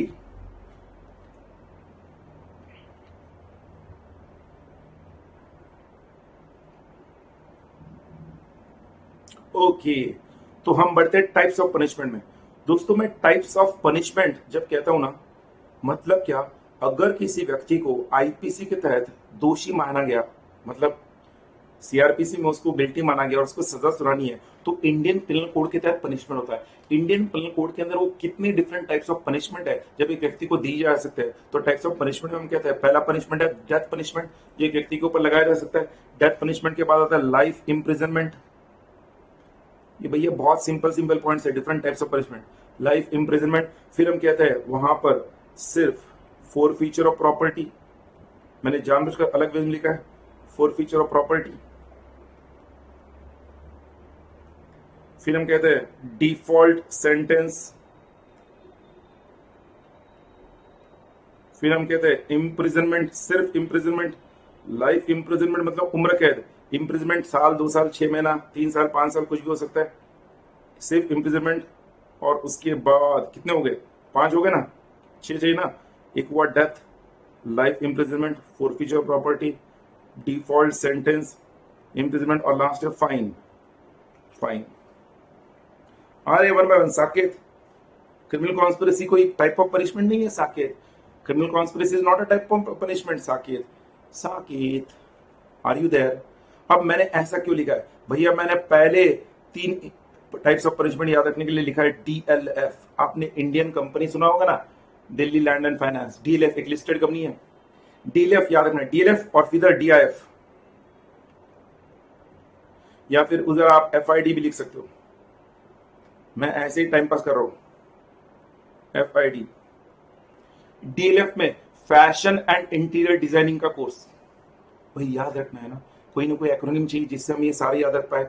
Okay, types of punishment में सर ने कहा था DLF, D stands for death, L for life imprisonment, F for forfeiture of property. Forfeiture of property मतलब अगर एक व्यक्ति ने गवर्नमेंट के कोई टैक्सेस है, कोर्ट के कोई चार्जेस है नहीं दिए है, फाइन का अमाउंट है नहीं दिया, तो उसकी प्रॉपर्टी को जब्त किया जाता है, कस्टडी में लिया जाता है, सील लगाया जाता है, फोरफीचर ऑफ प्रॉपर्टी। तो डीएलएफ, जैसे दाऊद इब्राहिम है, दाऊद इब्राहिम की जितनी भी प्रॉपर्टीज है इंडिया की, उनकी वो फोरफिट किया हुआ है गवर्नमेंट ने, कोर्ट ने अपनी कस्टडी में लिया हुआ है गवर्नमेंट ने, फोरफीचर ऑफ प्रॉपर्टी। तो डेथ हुआ, लाइफ इंप्रिजनमेंट हुआ, फोरफीचर प्रॉपर्टी हुआ। अब डेथ और लाइफ इंप्रिजनमेंट का आपको मीनिंग देने की जरूरत नहीं है। डिफॉल्ट सेंटेंस किसे कहते हैं? ये हम सीआरपीसी में पढ़ चुके हैं, सेक्शन 30 है सीआरपीसी का। कोई मुझे बोलेगा क्या डिफॉल्ट सेंटेंस? मैंने सेक्शन भी बता दिया, सेक्शन 30 ऑफ सीआरपीसी। कोई बताएगा what is when default sentence is levied? Imprisonment मैंने बता दिया, फाइन आप सबको बताया। यस, डिफॉल्ट सेंटेंस को डिस्कशन करते हैं। डिफॉल्ट सेंटेंस बेटा, लाइफ इंप्रिजनमेंट के अंदर ही रिगरस इंप्रिजनमेंट आ जाता है बेटा। लाइफ इंप्रिजनमेंट जब हम कहते हैं ना, it includes rigorous imprisonment. Yes Saket, you right, 1/4। भाई डिफॉल्ट सेंटेंस मतलब क्या? जो तुम्हें जेल की सजा हुई थी, जो इंप्रिजनमेंट हुआ था मान लो 1 साल का, और 50,000 का फाइन हुआ था, जिस जज ने सजा सुनाई थी वो जज मान लो 3 साल की सजा सुना सकता था, मैक्सिमम 3 साल की सजा सुना सकता था। उसने 1 साल की सजा सुनाई और 50,000 का जुर्माना लगाया। फॉर एग्जाम्पल आपने कहा मेरे पास पैसा नहीं है 50 रुपए देने के लिए, तो जो भी उस जज की मैक्सिमम सजा सुना सकता है 3 साल की, मतलब 36 मंथ्स डिवाइडेड बाय 1/4 मतलब 9 मंथ्स, तो 1 साल प्लस 9 महीना, ऐसे उसे 21 महीने की अब जेल होगी, बिकॉज ने 50,000 का जुर्माना नहीं दिया है। तो फाइन ना देने पर जो एक्स्ट्रा इम्प्रिजनमेंट होता है उसको हम कहते हैं डिफॉल्ट सेंटेंस।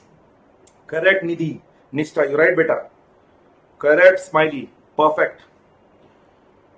तो अब आते मुद्दे पर दोस्तों, ये जो डेथ है ना, डेथ, इसको एक और नाम से बुलाया जाता है, डेथ पनिशमेंट को एक और नाम से बुलाया जाता है। कोई बोलेगा क्या डेथ पनिशमेंट को एक और नाम क्या है? क्विकली बोलो, डेथ को और एक नाम क्या है death punishment? Anyone? Capital, correct Mohammad, very good बेटा, कैपिटल पनिशमेंट। कैपिटल पनिशमेंट को लेकर, डेथ पनिशमेंट को लेकर सवाल आता है, वो कौन से ऑफेंसेस है जिसमें डेथ और कैपिटल पनिशमेंट होता है? तो भाई एक ऑफेंस सबको पता है कि भाई मर्डर किया, मर्डर के केस में क्या होता है?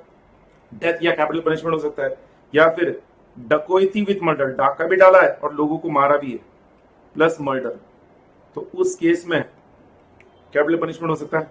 वेजिंग वॉर अगेंस्ट गवर्नमेंट, उस केस में death punishment, capital punishment. Capital मतलब क्या? सर धड़ से अलग करना, बिहेड करना, फांसी की सजा जो सुनाई जाती है ना, capital punishment, treason and murder, correct. Then हम कहते हैं abetment of a suicide. Abetment of suicide किसका? माइनर का। बाय माइनर, एक माइनर को सुसाइड के लिए आप मदद करना तो डेथ पनिशमेंट होगा। Then attempt to murder of a life convict. Will be surprise to know, सिर्फ ये ऑफेंसेस लिखने के लिए 4 मार्क का क्वेश्चन एग्जाम में आया है कि भैया डेथ और कैपिटल में पनिशमेंट कौन से ऑफेंसेस में होगा, वो लिखो। वो लिखने के लिए 4 मार्क का क्वेश्चन। यहाँ पर डिफरेंट टाइप्स ऑफ पनिशमेंट हो गया। आई होप सब लोग क्लियर है, मेरे साथ है। एक बार जेएमडी बोलो, जय माता दी, तो आगे बढ़ते हैं क्विकली। अगले 15-20 मिनट में, मैक्सिमम 25 मिनट में आईपीसी विल गेट ओवर, अगर सबका साथ रहा तो। जेएमडी बोल दो। ओके दोस्तों, अब हम लोग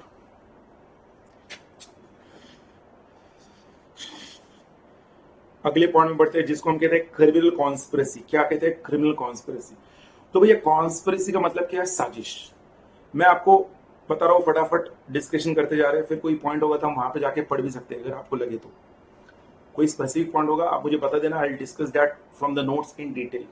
मैं आपको पहले बता दूं, क्रिमिनल कॉन्स्पिरेसी। कॉन्स्पिरेसी मतलब क्या है? साजिश। हम कहते हैं किसी भी व्यक्ति को क्रिमिनल कॉन्स्पिरेसी के तहत लायबल करना है तो उसके लिए 4 एसेंशियल एलिमेंट्स है। कितने? 4। अगर वो चारों एसेंशियल एलिमेंट फुलफिल होते हैं तो ही उस व्यक्ति को क्रिमिनल कॉन्स्पिरेसी के तहत लायबल किया जाएगा। अब वो 4 एसेंशियल एलिमेंट कौन से है? तो हम कहते हैं क्रिमिनल कॉन्स्पिरेसी में किसी भी पर्सन को लायबल करने के लिए हम कहते हैं 2 और मोर पर्संस,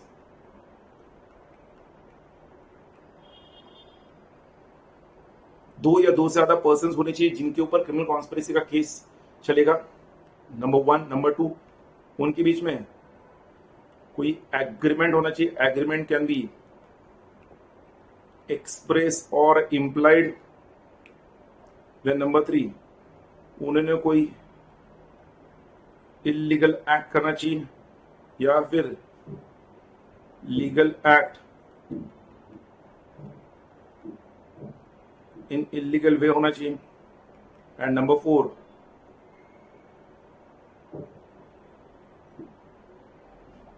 harm or causing,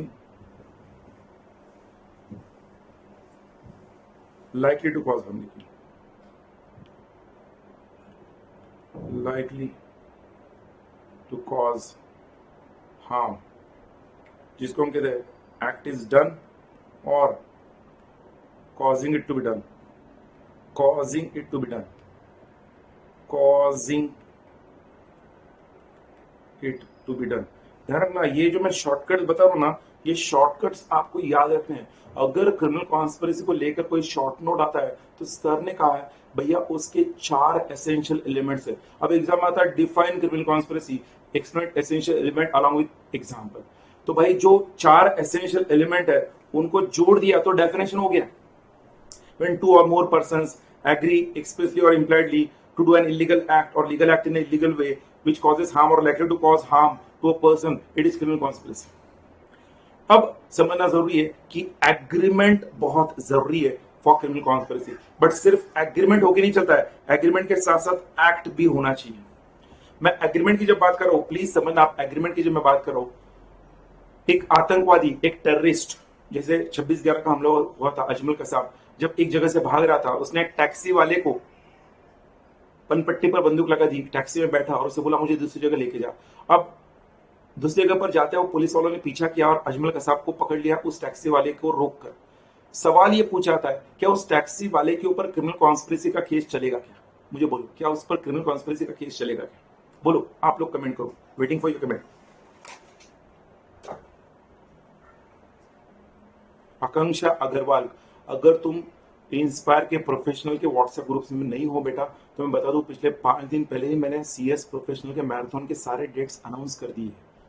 मैं रिक्वेस्ट करता हूं बेटा, सीएस प्रोफेशनल के मैराथन के डेट्स तुम किसी स्टूडेंट से लो, already I have announced all the dates. और बेटा प्लीज आई रिक्वेस्ट, ये प्लेटफॉर्म प्रोफेशनल के डिस्कशन को लेकर नहीं है, आई होप यू अंडरस्टैंड बेटा। करेक्ट, वो लायबल नहीं होगा बिकॉज उसका किस अजमल कसाब के साथ कोई एग्रीमेंट नहीं था, वो तो इनोसेंट था, वो तो थ्रेट टू लाइफ के कारण उसने उसकी मदद की थी, तो इसलिए वो क्रिमिनल कॉन्स्पिरेसी में लायबल नहीं होगा। आप समझना मेरी बात को। करेक्ट, मतलब क्या, सिर्फ क्रिमिनल कॉन्स्पिरेसी में लायबल करने के लिए एग्रीमेंट जरूरी है। एग्रीमेंट हुआ बट एक्ट नहीं हुआ तो भी वो क्रिमिनल कॉन्स्पिरेसी नहीं होगा। ध्यान रखना, एग्रीमेंट हुआ बट एक्ट नहीं हुआ तो भी क्रिमिनल कॉन्स्पिरेसी के लायबल नहीं होगा। ऐसे एक एग्जांपल ले रहा हूं, यहां पर मान लो मैं लेता हूं एग्जांपल मयूर एंड राहुल का।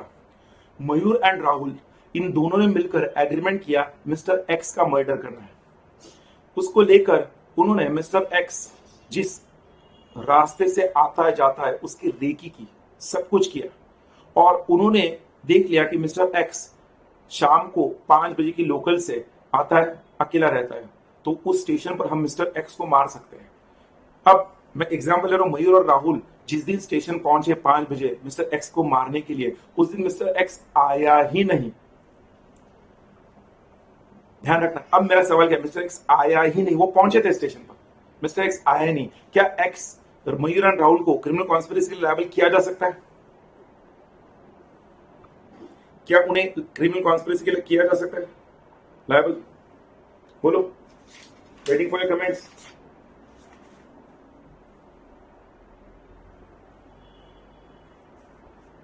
आंसर इज यस, लायबल किया जा सकता है। आप लोग नो लिख रहे हो, मैंने जानबूझकर क्वेश्चन पूछ किया, उनको लायबल किया जा सकता है दोस्तों, बिकॉज उनका एग्रीमेंट था और वो एक्ट करने गए थे, likely to cause harm, causing it to be done, वो आया नहीं मिस्टर एक्स। देखो फंस गए ना आप ट्रैप में। ध्यान रखना, क्योंकि इस केस में मयूर एंड राहुल उस स्टेशन पर गए थे, एक्स आया नहीं, एक्स की किस्मत अच्छी थी, तो it was causing it to be done and they had gone to do that illegal act, तो उस केस में वो लायबल होंगे। ध्यान रखना। बट फिर हम वो एक एग्जांपल डिस्कस करते हैं। बंटी और बबली दोनों ने बैंक की रॉबरी का फैसला किया और उन्होंने सारे टूल्स और इक्विपमेंट्स जमा, हथियार कर लिए जमा, और बाद में उन्होंने रॉबरी की नहीं, सिर्फ इक्विपमेंट्स जमा किए, चाकू लाया, रस्सी लाया, सब कुछ लाया, बट बाद में रॉबरी की नहीं, तो ऐसे केस में वो लायबल नहीं होंगे, बिकॉज भले उनका एग्रीमेंट था बट एग्रीमेंट का आगे कोई एक्ट नहीं हुआ और ना ही वो बैंक रॉबरी में किसी ने कोई ये किया, क्योंकि वो सिर्फ प्रिपरेशन था। हम कहते हैं सिर्फ प्रिपरेशन होने पर क्राइम नहीं बनता है, इंटेंशन ऑफ प्रिपरेशन के साथ साथ हम कहते हैं अटेम्प्ट और अकम्प्लिशमेंट जरूरी है। राहुल और मयूर के केस में अटेम्प्ट हुआ था। क्या पूछ रहे भाई ये बीच में ही? अभिषेक बेटा आई रिक्वेस्ट यू प्लीज थोड़ा सब्र करो बेटा, मैं जो बता रहा हूं मेरे साथ रहो, मैं शुरू में भी कहा हूं, जो मैं पूछ रहा हूं सिर्फ मेरे साथ रहो, आप आगे बढ़ते जा रहे हो। मैंने अभी तक पनिशमेंट की कैटेगरी पर आया क्या मैं क्रिमिनल कॉन्स्पिरेसी के? मैं सिर्फ क्रिमिनल कॉन्स्पिरेसी किसे कहते हैं वो समझा रहा हूं बेटा, और तुम आगे बढ़ गए। तो भाई हम यहां पर कहते हैं कि वो बंटी और बबली ने सिर्फ प्रिपरेशन किया था, इंटेंशन था, उनका अटेम्प्ट और अकम्प्लिशमेंट नहीं था। बट अब समझना, बंटी और बबली दोनों ने प्रिपरेशन किया, बाद में बबली उस पर्टिकुलर ऑफेंस के लिए शामिल नहीं हुआ, बंटी ने अकेले ने ऑफेंस किया और बाद में बंटी और बबली दोनों को पकड़ा गया, तो क्या बबली को भी लायबल किया जा सकता है? लॉ सेज यस, किया जा सकता है। भले ही बंटी ने अकेले ने उस पर्टिकुलर ऑफेंस को अंजाम दिया था, बट प्रिपरेशन दोनों ने मिलकर किया था। तो हम कहते हैं एक भी व्यक्ति ने अगर अटेम्प्ट किया है तो उस केस में दोनों व्यक्ति लायबल होंगे। एक भी व्यक्ति ने ऑफेंस किया तो इसके केस में दोनों व्यक्ति लायबल होंगे। मैं अगेन कह रहा हूं सबको, दोस्तों जब तक मैं ना पूछूं आप सवाल प्लीज कमेंट बॉक्स में मत डालो। मैं रिक्वेस्ट करता हूं, मैं अपना कंसेप्ट पढ़ाने में लगा हूं और आप सवाल कमेंट बॉक्स में डाल रहे हो। वो कितना डिस्टर्बिंग होता है बेटा, because when I have some thought, some perceive, I have some perceive some thought in my mind, I want to share that thought with you, and you put some comment, ask some question, don't you feel that it disturbs the entire marathon schedule? It's a sincere request. I hope you understand the sincerity and severeness of this particular time and importance of this time. जो भी है भाई, थोड़ा सब्र रखो। मैं इतना ही कह रहा हूँ, ये मैराथन लेक्चर है। अगर तुम्हारा वाकई में बहुत ही इंपॉर्टेंट सवाल है, मैं रिक्वेस्ट करता हूँ उसके लिख के रखो। मैं कोई भी सवाल से भागने वाला नहीं हूँ, बट मैराथन के अंदर मुझे बोलना है, आपको सुनना है। ध्यान रखना, मुझे बोलना है, आपको सुनना है। अगर आपको कुछ पूछना है और बोलना है, मेरा नंबर आपके पास है तो उस पर मुझे व्हाट्सएप कर देना, मैं बाद में आपको जवाब दूंगा। बट पूरे स्टूडेंट्स को यहाँ पर हम इस तरह से डिस्टर्ब नहीं रख सकते। आई होप यू अंडरस्टैंड अभिषेक बेटा। सब लोग इस सिंसियरनेस और सीवियरनेस ऑफ टाइम को समझते हुए आगे बढ़ेंगे। तो क्रिमिनल कॉन्स्पिरेसी को लेकर ये 4 एसेंशियल एलिमेंट्स है। चारों एसेंशियल एलिमेंट डिस्कस किए, मैंने एग्जांपल डिस्कस किया। अब आते हैं क्रिमिनल कॉन्स्पिरेसी के पनिशमेंट पर। भाई क्रिमिनल कॉन्स्पिरेसी में पनिशमेंट क्या होगा? तो वो क्या कहते हैं, ध्यान से सुनो। जिस ऑफेंस के लिए, जो क्रिमिनल कॉन्स्पिरेसी जिस ऑफेंस का हुआ था, उस ऑफेंस के लिए अगर डेथ पनिशमेंट है, लाइफ इंप्रिजनमेंट है, या जिस ऑफेंस के लिए 2 साल या उससे ज्यादा की सजा है, तो जो भी वो ऑफेंस हुआ था, सेम ऑफेंस सेम सजा क्रिमिनल कॉन्स्पिरेसी के लिए भी होगा। मतलब ध्यान रखना, मर्डर के लिए अगर लाइफ इंप्रिजनमेंट है तो अटेम्प्ट टू मर्डर है या मर्डर की क्रिमिनल कॉन्स्पिरेसी है तो भी उसके लिए लाइफ इंप्रिजनमेंट हो सकता है। समझना आप मेरी बात को। जिस ऑफेंस में डेथ पनिशमेंट है, जहां पर लाइफ इंप्रिजनमेंट है, और जिस ऑफेंस में 2 साल या उससे ज्यादा की सजा है, वहां पर क्रिमिनल कॉन्स्पिरेसी के लिए भी सेम सजा होगी। बट अगर कोई ऑफेंस इन तीनों कैटेगरीज में नहीं आता है और किसी व्यक्ति को क्रिमिनल कॉन्स्पिरेसी के तहत पकड़ा गया, तो उसको मैक्सिमम 6 महीने की जेल या फाइन या दोनों होगा। मैक्सिमम 6 महीने की जेल या फाइन या दोनों होगा। अरे बोलो भाई, अगर क्रिमिनल कॉन्स्पिरेसी समझा है तो थम्स अप करो क्विकली। क्रिमिनल कॉन्स्पिरेसी समझा है तो थम्स अप करो। Waiting for your comments.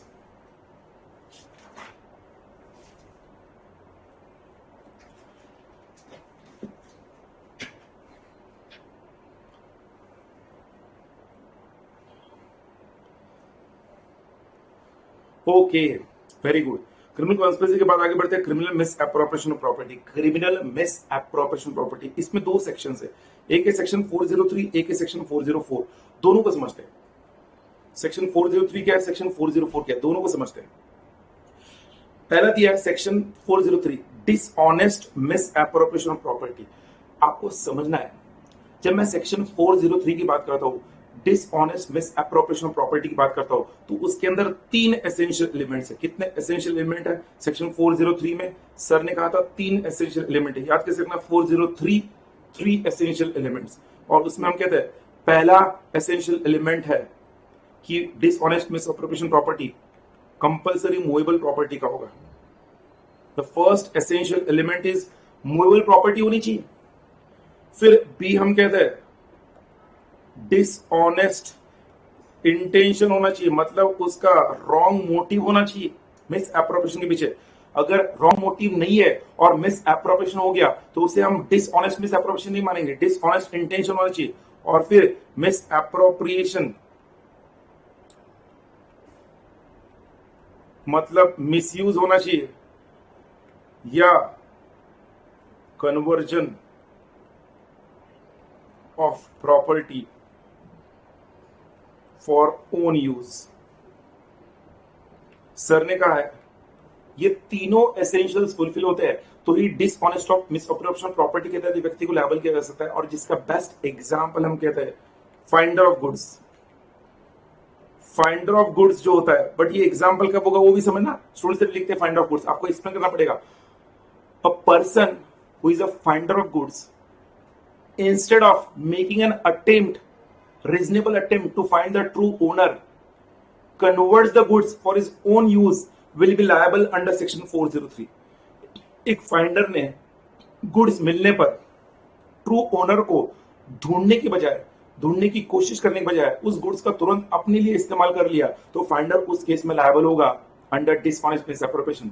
और डिसऑनेस्ट मिसअप्रोप्रिएशन में 2 साल तक की जेल है या फाइन है या बोथ है। Section 403 dishonest misappropriation. I hope it is clear है तो इस बार ओके लिखो। ओके 403। तो मैं 404 में जाता हूं।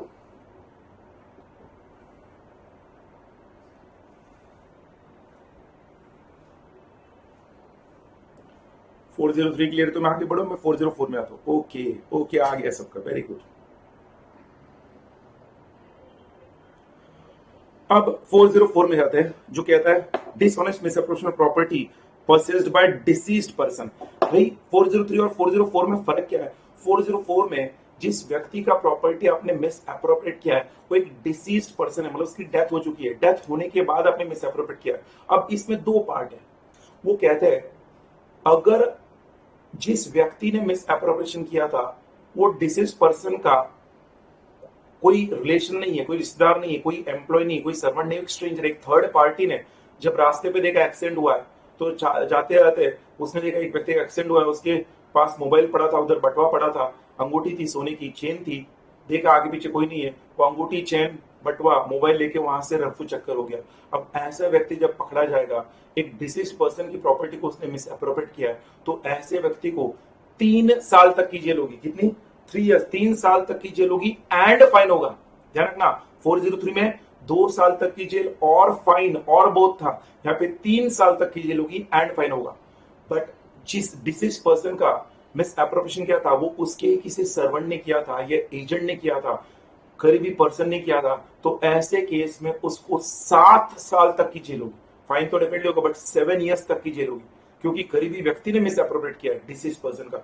इसको लेकर आपको मैं अगेन कह रहा हूं, आईपीसी में ये जो सेक्शंस है 120 से लेकर आगे, इसके आपको फाइन, इम्प्रिजनमेंट लर्न करने हैं, बिकॉज लिखने पड़ेंगे आपको। अगर क्लियर है 404 तो मैं आगे बढ़ता हूं क्रिमिनल ब्रीच ऑफ ट्रस्ट में। क्रिमिनल ब्रीच ऑफ ट्रस्ट में इस बार 403 404 मैं पूछूंगा नहीं, आपको सवाल क्लियर है कि मैं सीधा आगे बढ़ रहा हूं क्रिमिनल ब्रीच ऑफ ट्रस्ट में। क्रिमिनल ब्रीच ऑफ ट्रस्ट दोस्तों ध्यान रखना, मैं जब ब्रीच ऑफ ट्रस्ट कहता हूं तो यहां पे आपको समझना चाहिए कोई भी breach of trust, criminal breach of trust कब होगा, बिकॉज क्वेश्चंस कंफ्यूजिंग आते हैं इसको लेकर, और जब क्वेश्चंस कंफ्यूजिंग आते हैं ना स्टूडेंट अक्सर मिस्टेक करते हैं। ध्यान रखना ब्रीच ऑफ ट्रस्ट 2 वेज में है।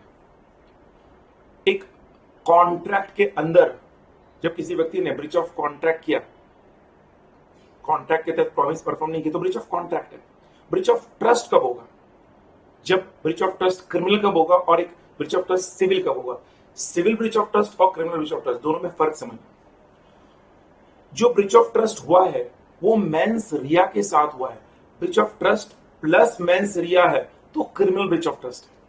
मैं जो बता रहा हूं ध्यान सुनना, breach of trust plus mains रिया है तो क्रिमिनल ब्रीच ऑफ ट्रस्ट है। बट सिर्फ ब्रीच ऑफ ट्रस्ट है, मेंस रिया नहीं था, सिर्फ ब्रीच ऑफ ट्रस्ट था, तो वहां पर वो क्रिमिनल ब्रीच ऑफ ट्रस्ट नहीं होगा, वहां पर वो सिविल एक्शन, सिविल सूट बनेगा। सर एग्जांपल दो, मैं एग्जांपल दे रहा हूं ध्यान सुनना, और यहां पे स्टूडेंट कंफ्यूज होते हैं और गलती करते हैं।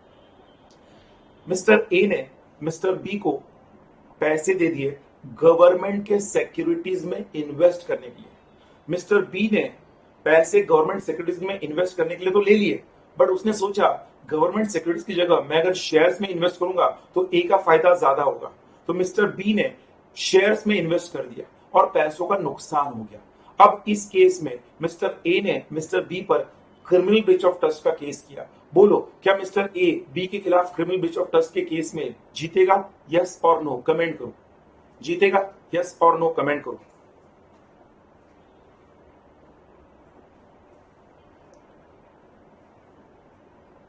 Waiting for your comments. Correct Simran Gurleen, right बेटा, बिकॉज यहां पर मिस्टर बी का इंटेंशन मेंस रिया, मतलब यहां पे इंटेंशन ए का नुकसान करना नहीं था, गवर्नमेंट सिक्योरिटी शेयर्स में इन्वेस्ट करना, तो बी का इंटेंशन ए का फायदा कराना था। It was in good faith, bona fide motive था, इल मोटिव नहीं था, मेंस रिया नहीं था, स्टूडेंट एग्जाम लिखते हो जाएगा सक्सेड, नहीं, वो सिर्फ ब्रीच ऑफ ट्रस्ट है। यहां पर सिविल सूट होगा, सिविल सूट होगा। तो क्रिमिनल ब्रीच ऑफ ट्रस्ट के लिए क्या जरूरी है? मेंस रिया जरूरी है। हाँ, एक एम्प्लॉयर ने, मालिक ने जब प्रोविडेंट फंड का पैसा एम्प्लॉय की सैलरी से डिडक्ट कर दिया बट वो प्रोविडेंट फंड अकाउंट में जमा नहीं किया, तो एम्प्लॉयर के ऊपर क्रिमिनल ब्रीच ऑफ ट्रस्ट का केस बनेगा, एम्प्लॉयर के ऊपर क्रिमिनल ब्रीच ऑफ ट्रस्ट का केस बनेगा। और इसलिए हम कहते हैं criminal breach of trust, criminal breach of trust के तहत एक व्यक्ति को लायबल करना है तो उसके 4 एसेंशियल्स है। कितने एसेंशियल्स है? 4 एसेंशियल्स। पहला, जिस व्यक्ति को आप क्रिमिनल ब्रीच ऑफ ट्रस्ट के लिए लायबल करना चाहते हो उसके साथ जो कंप्लेनेंट है, प्रोसिक्यूशन है, उसका कोई प्रोसिक्यूशन जो कर रहा है उसका रिलेशनशिप, फिडुशियल रिलेशनशिप होना चाहिए। एंड सिर्फ फिडुशियल रिलेशनशिप होकर नहीं चलता है, accused must have exercised dominance over the property of complainant, complainant की प्रॉपर्टी का dominance, accuse must have exercised dominance. मतलब क्या? उस अक्यूज के कस्टडी में वो प्रॉपर्टी थी, कस्टडी में प्रॉपर्टी थी। And accused acted dishonestly, dishonest motive भी था, रिलेशनशिप था, डोमिनेंस ओवर द प्रॉपर्टी था, डिसऑनेस्ट मोटिव था। And last point number 4,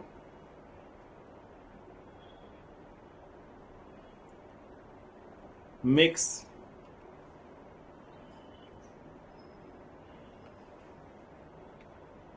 unauthorized use or puts for his own use। भाई ये चारों एसेंशियल्स अगर फुलफिल होते हैं तो ही एक व्यक्ति के ऊपर क्रिमिनल ब्रीच ऑफ ट्रस्ट का केस होगा। ध्यान में, स्टूडेंट चीटिंग का हम एक सेक्शन देखेंगे 418 उसमें, और क्रिमिनल ब्रीच ऑफ ट्रस्ट में स्टूडेंट कंफ्यूज हो जाते हैं। तो क्रिमिनल ब्रीच ऑफ ट्रस्ट के लिए मैं कहूंगा इन चारों में सबसे ज्यादा इंपॉर्टेंट है एसेंशियल एलिमेंट नंबर 2, जिसमें जिस व्यक्ति पर क्रिमिनल ब्रीच ऑफ ट्रस्ट का केस हो रहा है उसके कस्टडी में उस कंप्लेनेंट की प्रॉपर्टी थी और उस प्रॉपर्टी पर इस अक्यूज्ड का डोमिनेंस था, अक्यूज्ड का डोमिनेंस था, डोमिनेंस ओवर प्रॉपर्टी। डोमिनियन मतलब डोमिनियन नहीं बेटा, डोमिनेंस, डोमिनेंस मतलब हम कहते हैं ना डोमिनेंट रिलेशनशिप, डोमिनेट डिक्टेट करना, डोमिनेट करना। तो डोमिनेट मतलब क्या? प्रॉपर्टी पर कब्जा। इसका एक एग्जांपल देता हूं मैं, जिसको हम अक्सर कहते हैं प्रतिभा रानी का केस है, प्रतिभा रानी सुप्रीम कोर्ट का केस है, स्त्री धन का केस है, स्त्री धन। एक लेडी ने शादी के बाद अपने मैके से जो भी गहने लाए थे वो अपने ससुराल वालों के हाथ में दिए, सास के हाथ में दे दिए। सास ने अपने कस्टडी में ज्वेलरी ले ली और बाद में जब उस लेडी ने वो ज्वेलरी डिमांड की तो सास ने देने से मना कर दिया। अब उस लेडी ने सास के ऊपर क्रिमिनल ब्रीच ऑफ ट्रस्ट का केस किया, तो क्या वो जीतेगी? द लॉ सेज यस, जीतेगी, बिकॉज चारों एसेंशियल एलिमेंट्स फुलफिल हो रहे। रिलेशनशिप थी, सास का डोमिनेंस था उस ज्वेलरी पर, सास के कस्टडी में था, उसने उस ज्वेलरी को देने से मना किया था, मतलब उसका डिसऑनेस्ट इंटेंशन था, उस ज्वेलरी को अपने पास रख ली थी, अपने कस्टडी में रखा था अनऑथराइज्ड तरीके से। तो यस, सास के ऊपर केस होगा। Stridhan is the best example of criminal breach of trust. बोलो क्लियर है क्या? अगर criminal breach of trust clear है तो क्रिमिनल ब्रीच ऑफ ट्रस्ट में सजा कितनी होती है? 3 साल तक की जेल या फाइन या बोथ।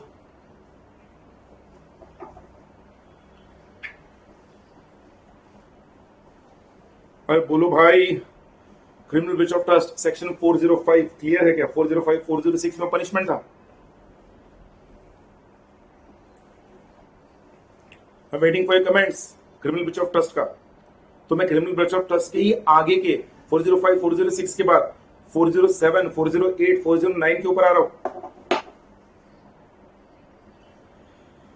ओके, तो दोस्तों ध्यान दो, अब 405 और 6 तो हो गया, 407 और 408 ये दोनों क्या है? 407 ये है, एक कैरियर है, वेयर हाउस कीपर है, वार फिंगर है, जिसका गोडाउन कीपर, जिसमें हमने गुड्स रखे हैं। तो भाई गुड्स रखने के बाद वेयर हाउस कीपर ने वो गुड्स के लिए वेयर हाउस रिसीट हमें दे दी, तो उसका ड्यूटी है गुड्स की देखभाल करना, पर उसने गुड्स बेच दिए तो वेयर हाउस कीपर ने भी क्रिमिनल ब्रीच ऑफ ट्रस्ट किया 407 के तहत। अच्छा 408 क्या है, एक क्लर्क है या कोई सर्वेंट है, उस सर्वेंट ने या क्लर्क ने मालिक का कोई नुकसान कराया है, तो ऐसे केस में 408 के तहत वो क्रिमिनल ब्रीच ऑफ ट्रस्ट में लायबल होगा। तो 407 408 दोनों के केस में हम कहते हैं उस व्यक्ति को 7 साल तक की जेल होगी एंड फाइन होगा। ऊपर 3 साल तक की जेल और फाइन और बहुत था, यहाँ पे 7 साल तक की जेल एंड फाइन है। 409 क्या है, अगर एक पब्लिक सर्वेंट 409 गवर्नमेंट ऑफिसर है जिसका फर्ज है गवर्नमेंट के पैसों का, पब्लिक प्रॉपर्टी की देखभाल करना, उसकी सुरक्षा रखना और लोगों के पैसों को संभालना, अगर एक गवर्नमेंट सर्वेंट ने कोई क्रिमिनल ब्रीच ऑफ ट्रस्ट किया पब्लिक प्रॉपर्टी के साथ, पब्लिक के पैसों के साथ, तो उस गवर्नमेंट ऑफिसर को इस केस में कड़ी से कड़ी सजा वहां पर 10 साल तक की होगी एंड फाइन होगा। इन सारे अलग अलग एलिमेंट्स में सिर्फ चेंज होता है फाइन का component and imprisonment, sorry imprisonment change होता है, बाकी सारे केसेस में एसेंशियल एलिमेंट्स वही है। Criminal breach of trust is over. फटाक से अगले 5-10 मिनट में आप कंप्लीट करते हैं मेरे हिसाब से। आगे जो भी है मुझे बोलो। चीटिंग वाला पॉइंट मैं समझाता हूँ 415 टू 420, फिर ये जनरल एक्सेप्शंस के बारे में आपको नॉलेज दूंगा। हर एक एक्सेप्शन हम डिस्कस नहीं कर सकते, टू मेनी। जो इंपॉर्टेंट आप कुछ पूछोगे तो मैं डिस्कस कर लूंगा। डिफेमेशन ऑलरेडी हमने टॉट में पढ़ा है। फोर्जरी सबको पता है, फेक डॉक्यूमेंट्स होते हैं, डुप्लीकेट डॉक्यूमेंट्स होते हैं, मतलब हम कहते हैं किसी ने फेक सिग्नेचर कर दी या फेक डॉक्यूमेंट पेश किया तो उसे फोर्जरी मानता है। Fraudulent deeds and disposition of property जो है, हम कहते हैं एक व्यक्ति ने अपने क्रेडिटर्स को पैसे ना मिले इस इरादे से, इस इंटेंशन से अपनी प्रॉपर्टी ट्रांसफर कर दी किसी और के नाम से, तो उसका फ्रॉडुलेंट डीड्स हुआ और डिस्पोजिशन ऑफ प्रॉपर्टी हुआ। जैसे इंसॉल्वेंसी बैंक्रप्सी कोड है, IBBI, insolvency bankruptcy board of India है। तो अब इंसॉल्वेंसी बैंक्रप्सी कोड आने के बाद ये fraudulent deeds and disposition IPC से हट गया है, बिकॉज IBC अपने आप में कानून है। फिर प्रॉपर्टी को अगर आपने गलत तरीके से डिस्पोज किया, आपकी प्रॉपर्टी आपने किसी और के नाम से रखी, तो उसके लिए भी एक सेपरेट कानून है, बेनामी ट्रांजैक्शंस एक्ट। तो ये जो सेक्शन है 421 424 ये सिर्फ नाम मात्र के लिए IPC में है, बिकॉज इनके लिए स्पेसिफिक कानून है। फ्रॉडुलेंट डीड्स के लिए इंसॉल्वेंसी बैंक्रप्सी कोड है और प्रॉपर्टी के लिए बेनामी ट्रांजैक्शंस एक्ट है। तो इसलिए ये पॉइंट नंबर 9 सिर्फ थ्योरेटिकली इंपॉर्टेंट है। हाँ, पॉइंट नंबर 8 चीटिंग वाला जो केस है 415 से 420, ये इंपॉर्टेंट है। अब समझना, चीटिंग में हम कहते हैं 415 का जो चीटिंग है उसको हम कहते हैं सिंपल चीटिंग, उसकी सजा 416 में दी है, हम देखेंगे बाद में। फिर 417 आता है जिसको कहते हैं cheating by personation. Cheating by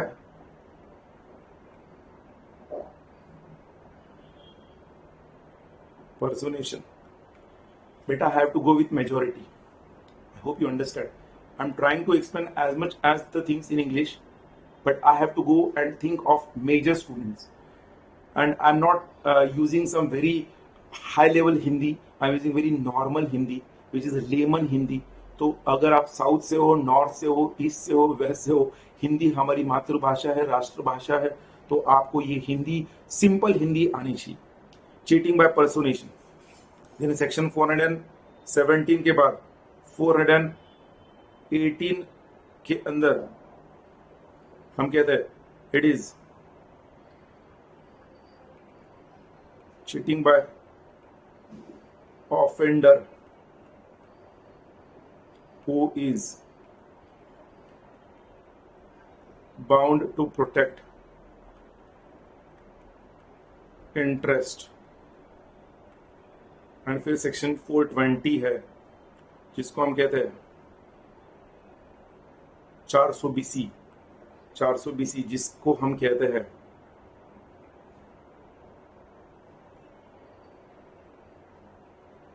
loss of a valuable security और प्रॉपर्टी ऑफ अ पर्सन। जब व्यक्ति का वैल्यूएबल प्रॉपर्टी या सिक्योरिटी का नुकसान होता है तो जिस व्यक्ति ने ये किया उसके ऊपर 420 का केस हो सकता है। Simple cheating, cheating by personation, cheating by offender is bound to protect interest and loss of valuable security. ऐसे चीटिंग के 4 टाइप्स है। मैंने जानबूझकर यहाँ पे चारों को मेंशन किया है, आप समझना प्लीज मेरी बात को। जब मैं कहता हूँ simple cheating, you have to understand simple cheating मतलब क्या।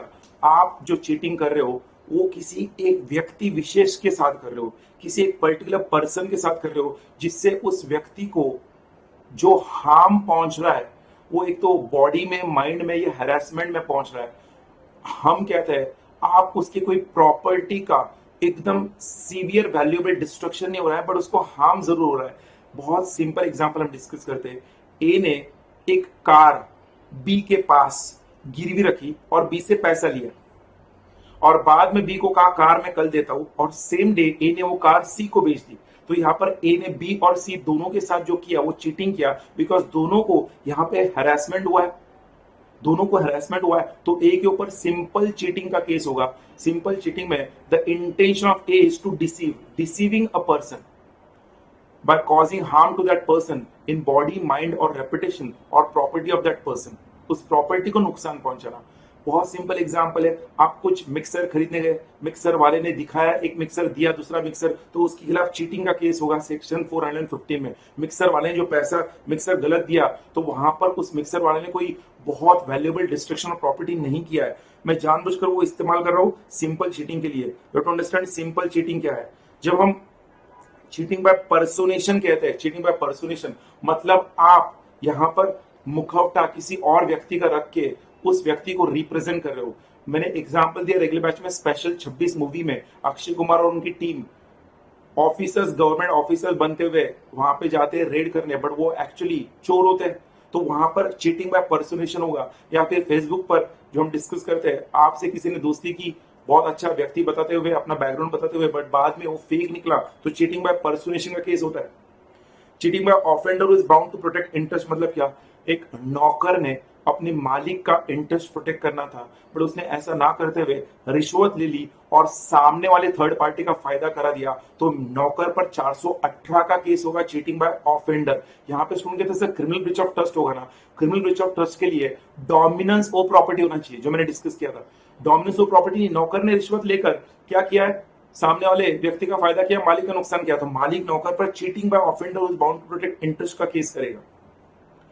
एंड लास्ट जो है लॉस ऑफ वैल्यूएबल सिक्योरिटी। आपसे कोई व्यक्ति मिला और आपको कहा आपके पैसे में एक महीने में डबल करके दूंगा, आप 1 लाख रुपए दे दो, आपने 1 लाख रुपए दिए, तो वहां पर वो 415 का केस नहीं होगा, आपका यहाँ पर उस व्यक्ति पर 420 का केस होगा। बिकॉज यहाँ पर लॉस ऑफ वैल्यूएबल सिक्योरिटी 420 का केस होने के लिए the dishonest intention was right from day one. जिस वक्त एग्रीमेंट हुआ उसी वक्त उस व्यक्ति का डिसऑनेस्ट इंटेंशन था। साकेत भाई, I know your knowledge, बेटा, very good. I'm very happy from your knowledge. Perfect. Yes, Lisa. Ponzi scheme 420 के अंदर Ponzi schemes होते हैं। तो भाई ये चीटिंग के चारों सिचुएशंस है। डेफिनेटली इसमें पनिशमेंट्स अलग अलग है। जैसे हम कहते हैं भैया सिंपल चीटिंग है तो वहां पर 1 साल तक की जेल है या फाइन या बोथ है। अगर वो चीटिंग 417 418 का है तो वहां पे 3 साल तक की जेल है और फाइन और बोथ है। बट अगर वो चीटिंग लॉस 420 का है तो 7 साल तक की जेल है, 7 इयर्स तक की जेल है एंड फाइन है। That you have to keep in mind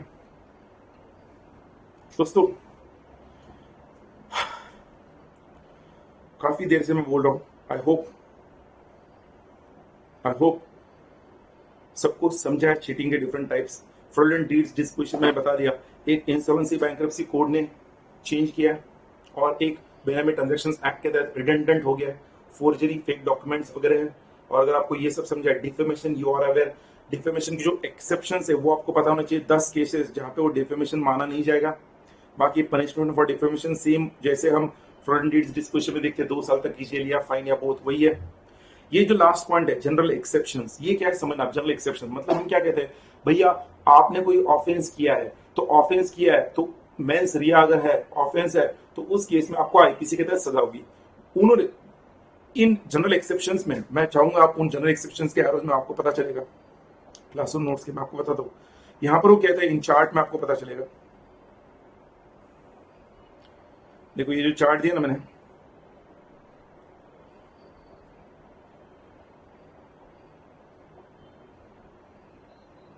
हम क्या कहते हैं जनरल एक्सेप्शन मतलब जुडिशियल एक्ट, मतलब भैया जज ने कोई एक्ट किया है, जज का कोई एक्ट है, जुडिशियल एक्ट है, या मिस्टेक ऑफ फैक्ट्स है, एक्सीडेंट है, कंसेंट ऑफ द पर्सन है, एब्सेंस ऑफ क्रिमिनल इंटेंशन है, निग्लिजिबल एक्ट है, ट्रिपलिंग एकदम मामूली एक्ट है, तो इन सारे केसेस में हम कहते हैं मेंस रिया अब्सेंट माना जाएगा और उस व्यक्ति पर आईपीसी के तहत मुकदमा, मतलब पनिशमेंट नहीं होगा, सीआरपीसी के तहत केस नहीं चलेगा। Judicial acts, mistake of fact, accident, consent, मैं आप सबको 1 मिनट का वक्त देता हूं। ये judicial acts, mistake of fact, accident, tripling act, इनमें से कोई स्पेसिफिक अगर आपको डिस्कस कराना है तो प्लीज मुझे बोलो, मैं वो डिस्कस करता हूँ क्विकली। 1 मिनट का वक्त दे रहा हूँ so that we can wind up with IPC, Indian penal code. इसमें से कोई स्पेसिफिक आपको डिस्कस करना है तो definitely can ask me.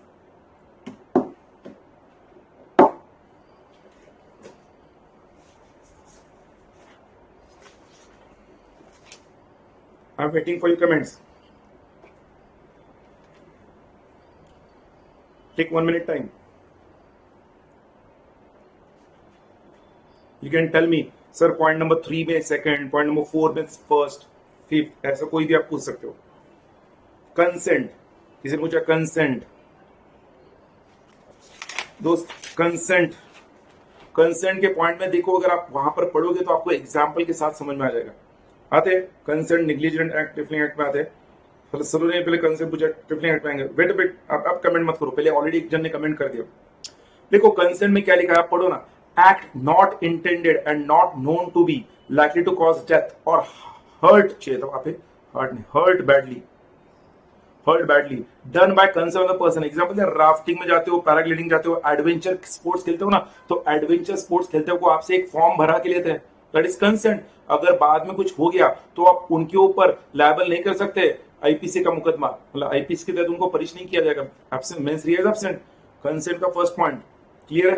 Act not intended to cause death done by consent in good faith, ये कब होता है? अरे बोलो भाई, डॉक्टर जब आपसे सर्जरी करा रहा है, सर्जरी कराते वक्त आपसे कंसेंट ले रहा है, आप मेजर हो, आपसे कंसेंट लिया है, सर्जरी में कुछ कम ज्यादा हो गया, ठीक है भाई, act not intended to cause death, act done in good faith for benefit of child और insane person with the consent of his guardian. Minor child के केस में भी सेम पॉइंट आएगा डॉक्टर का। अरे बोलो भाई, समझ आया ना? Then consent known to be given under fear और मिसकंसेप्शन। फियर और मिसकंसेप्शन मतलब क्या? अरे अभी हमने थोड़ी देर पहले डिस्कस किया था ना, वो अजमल कसाब को जिस टैक्सी ड्राइवर ने एक जगह से दूसरी जगह छोड़ दिया, तो उस केस में वो टैक्सी ड्राइवर डरा हुआ था। He gave that fear out of fear or misconception, out of fear he gave the consent known to be given under fear or misconception, उस केस में कंसेंट माना जाएगा। Act done in good faith for the benefit of person without his consent, जो हमने अभी discuss किया था कि भाई गवर्नमेंट सिक्योरिटीज में पैसा इन्वेस्ट करना था, और उस व्यक्ति ने वहां पर कहां पे इन्वेस्ट कर दिया? शेयर मार्केट में इन्वेस्ट किया, तो act done in good faith था for benefit of person without his consent, तो उस केस में वो कंसेंट की कैटेगरी में आ रहा है, इसलिए मेंस रिया नहीं था, इसलिए वो सिविल केस बनता था। I hope you are getting it. Then offenses independently of any harm which the person giving the consent will be an offense and section 87, 88, 89 will not apply। मतलब क्या? देखो, अबॉर्शन कराना ये ऑफेंस है, but किसी की जान बचाने के लिए ऑफेंस, अगर अबॉर्शन किया गया तो वो ऑफेंस नहीं है। तो कहते हैं अगर कोई व्यक्ति खुद जाके कहता है कि मेरा अबॉर्शन कराओ तो वो ऑफेंस है, बट अगर उस व्यक्ति की जान बचाने के लिए डॉक्टर्स को अबॉर्शन करना पड़ा, वो मिसकैरेज कराना पड़ा, तो उस केस में ऑफेंस नहीं है, वो वहां पे आता है। कंसेंट का पॉइंट अगर क्लियर है तो थम्स अप करो, फिर मैं ट्रिपलिंग एक्ट, निग्लिजेंट एक्ट में जाता हूं।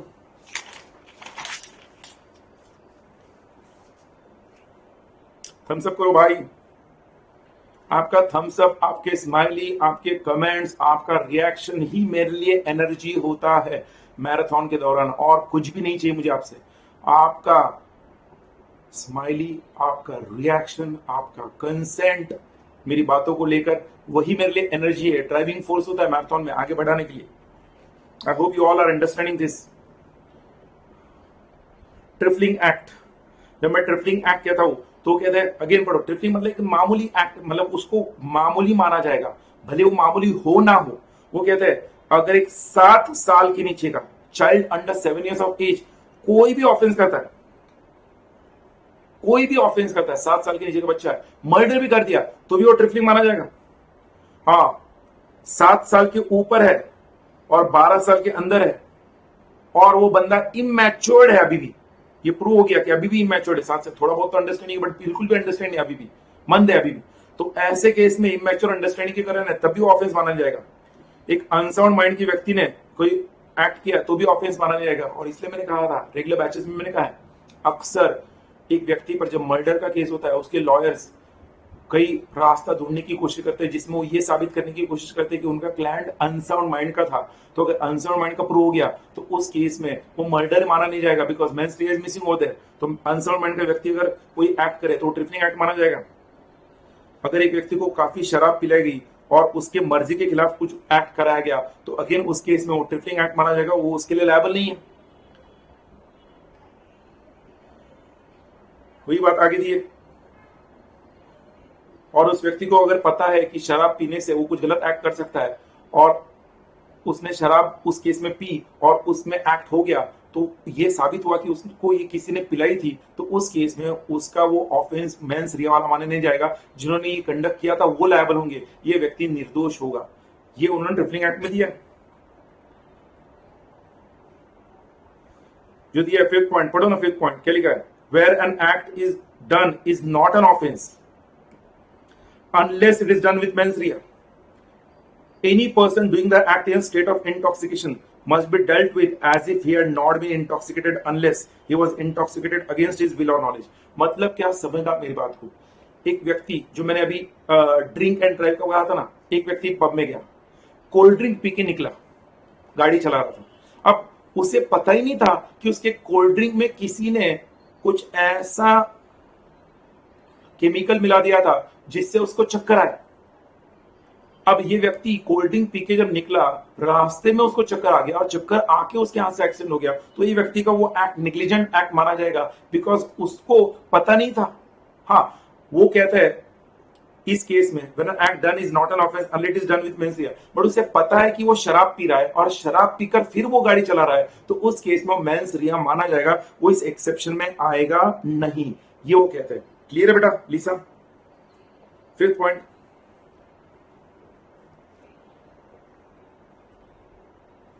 लीसा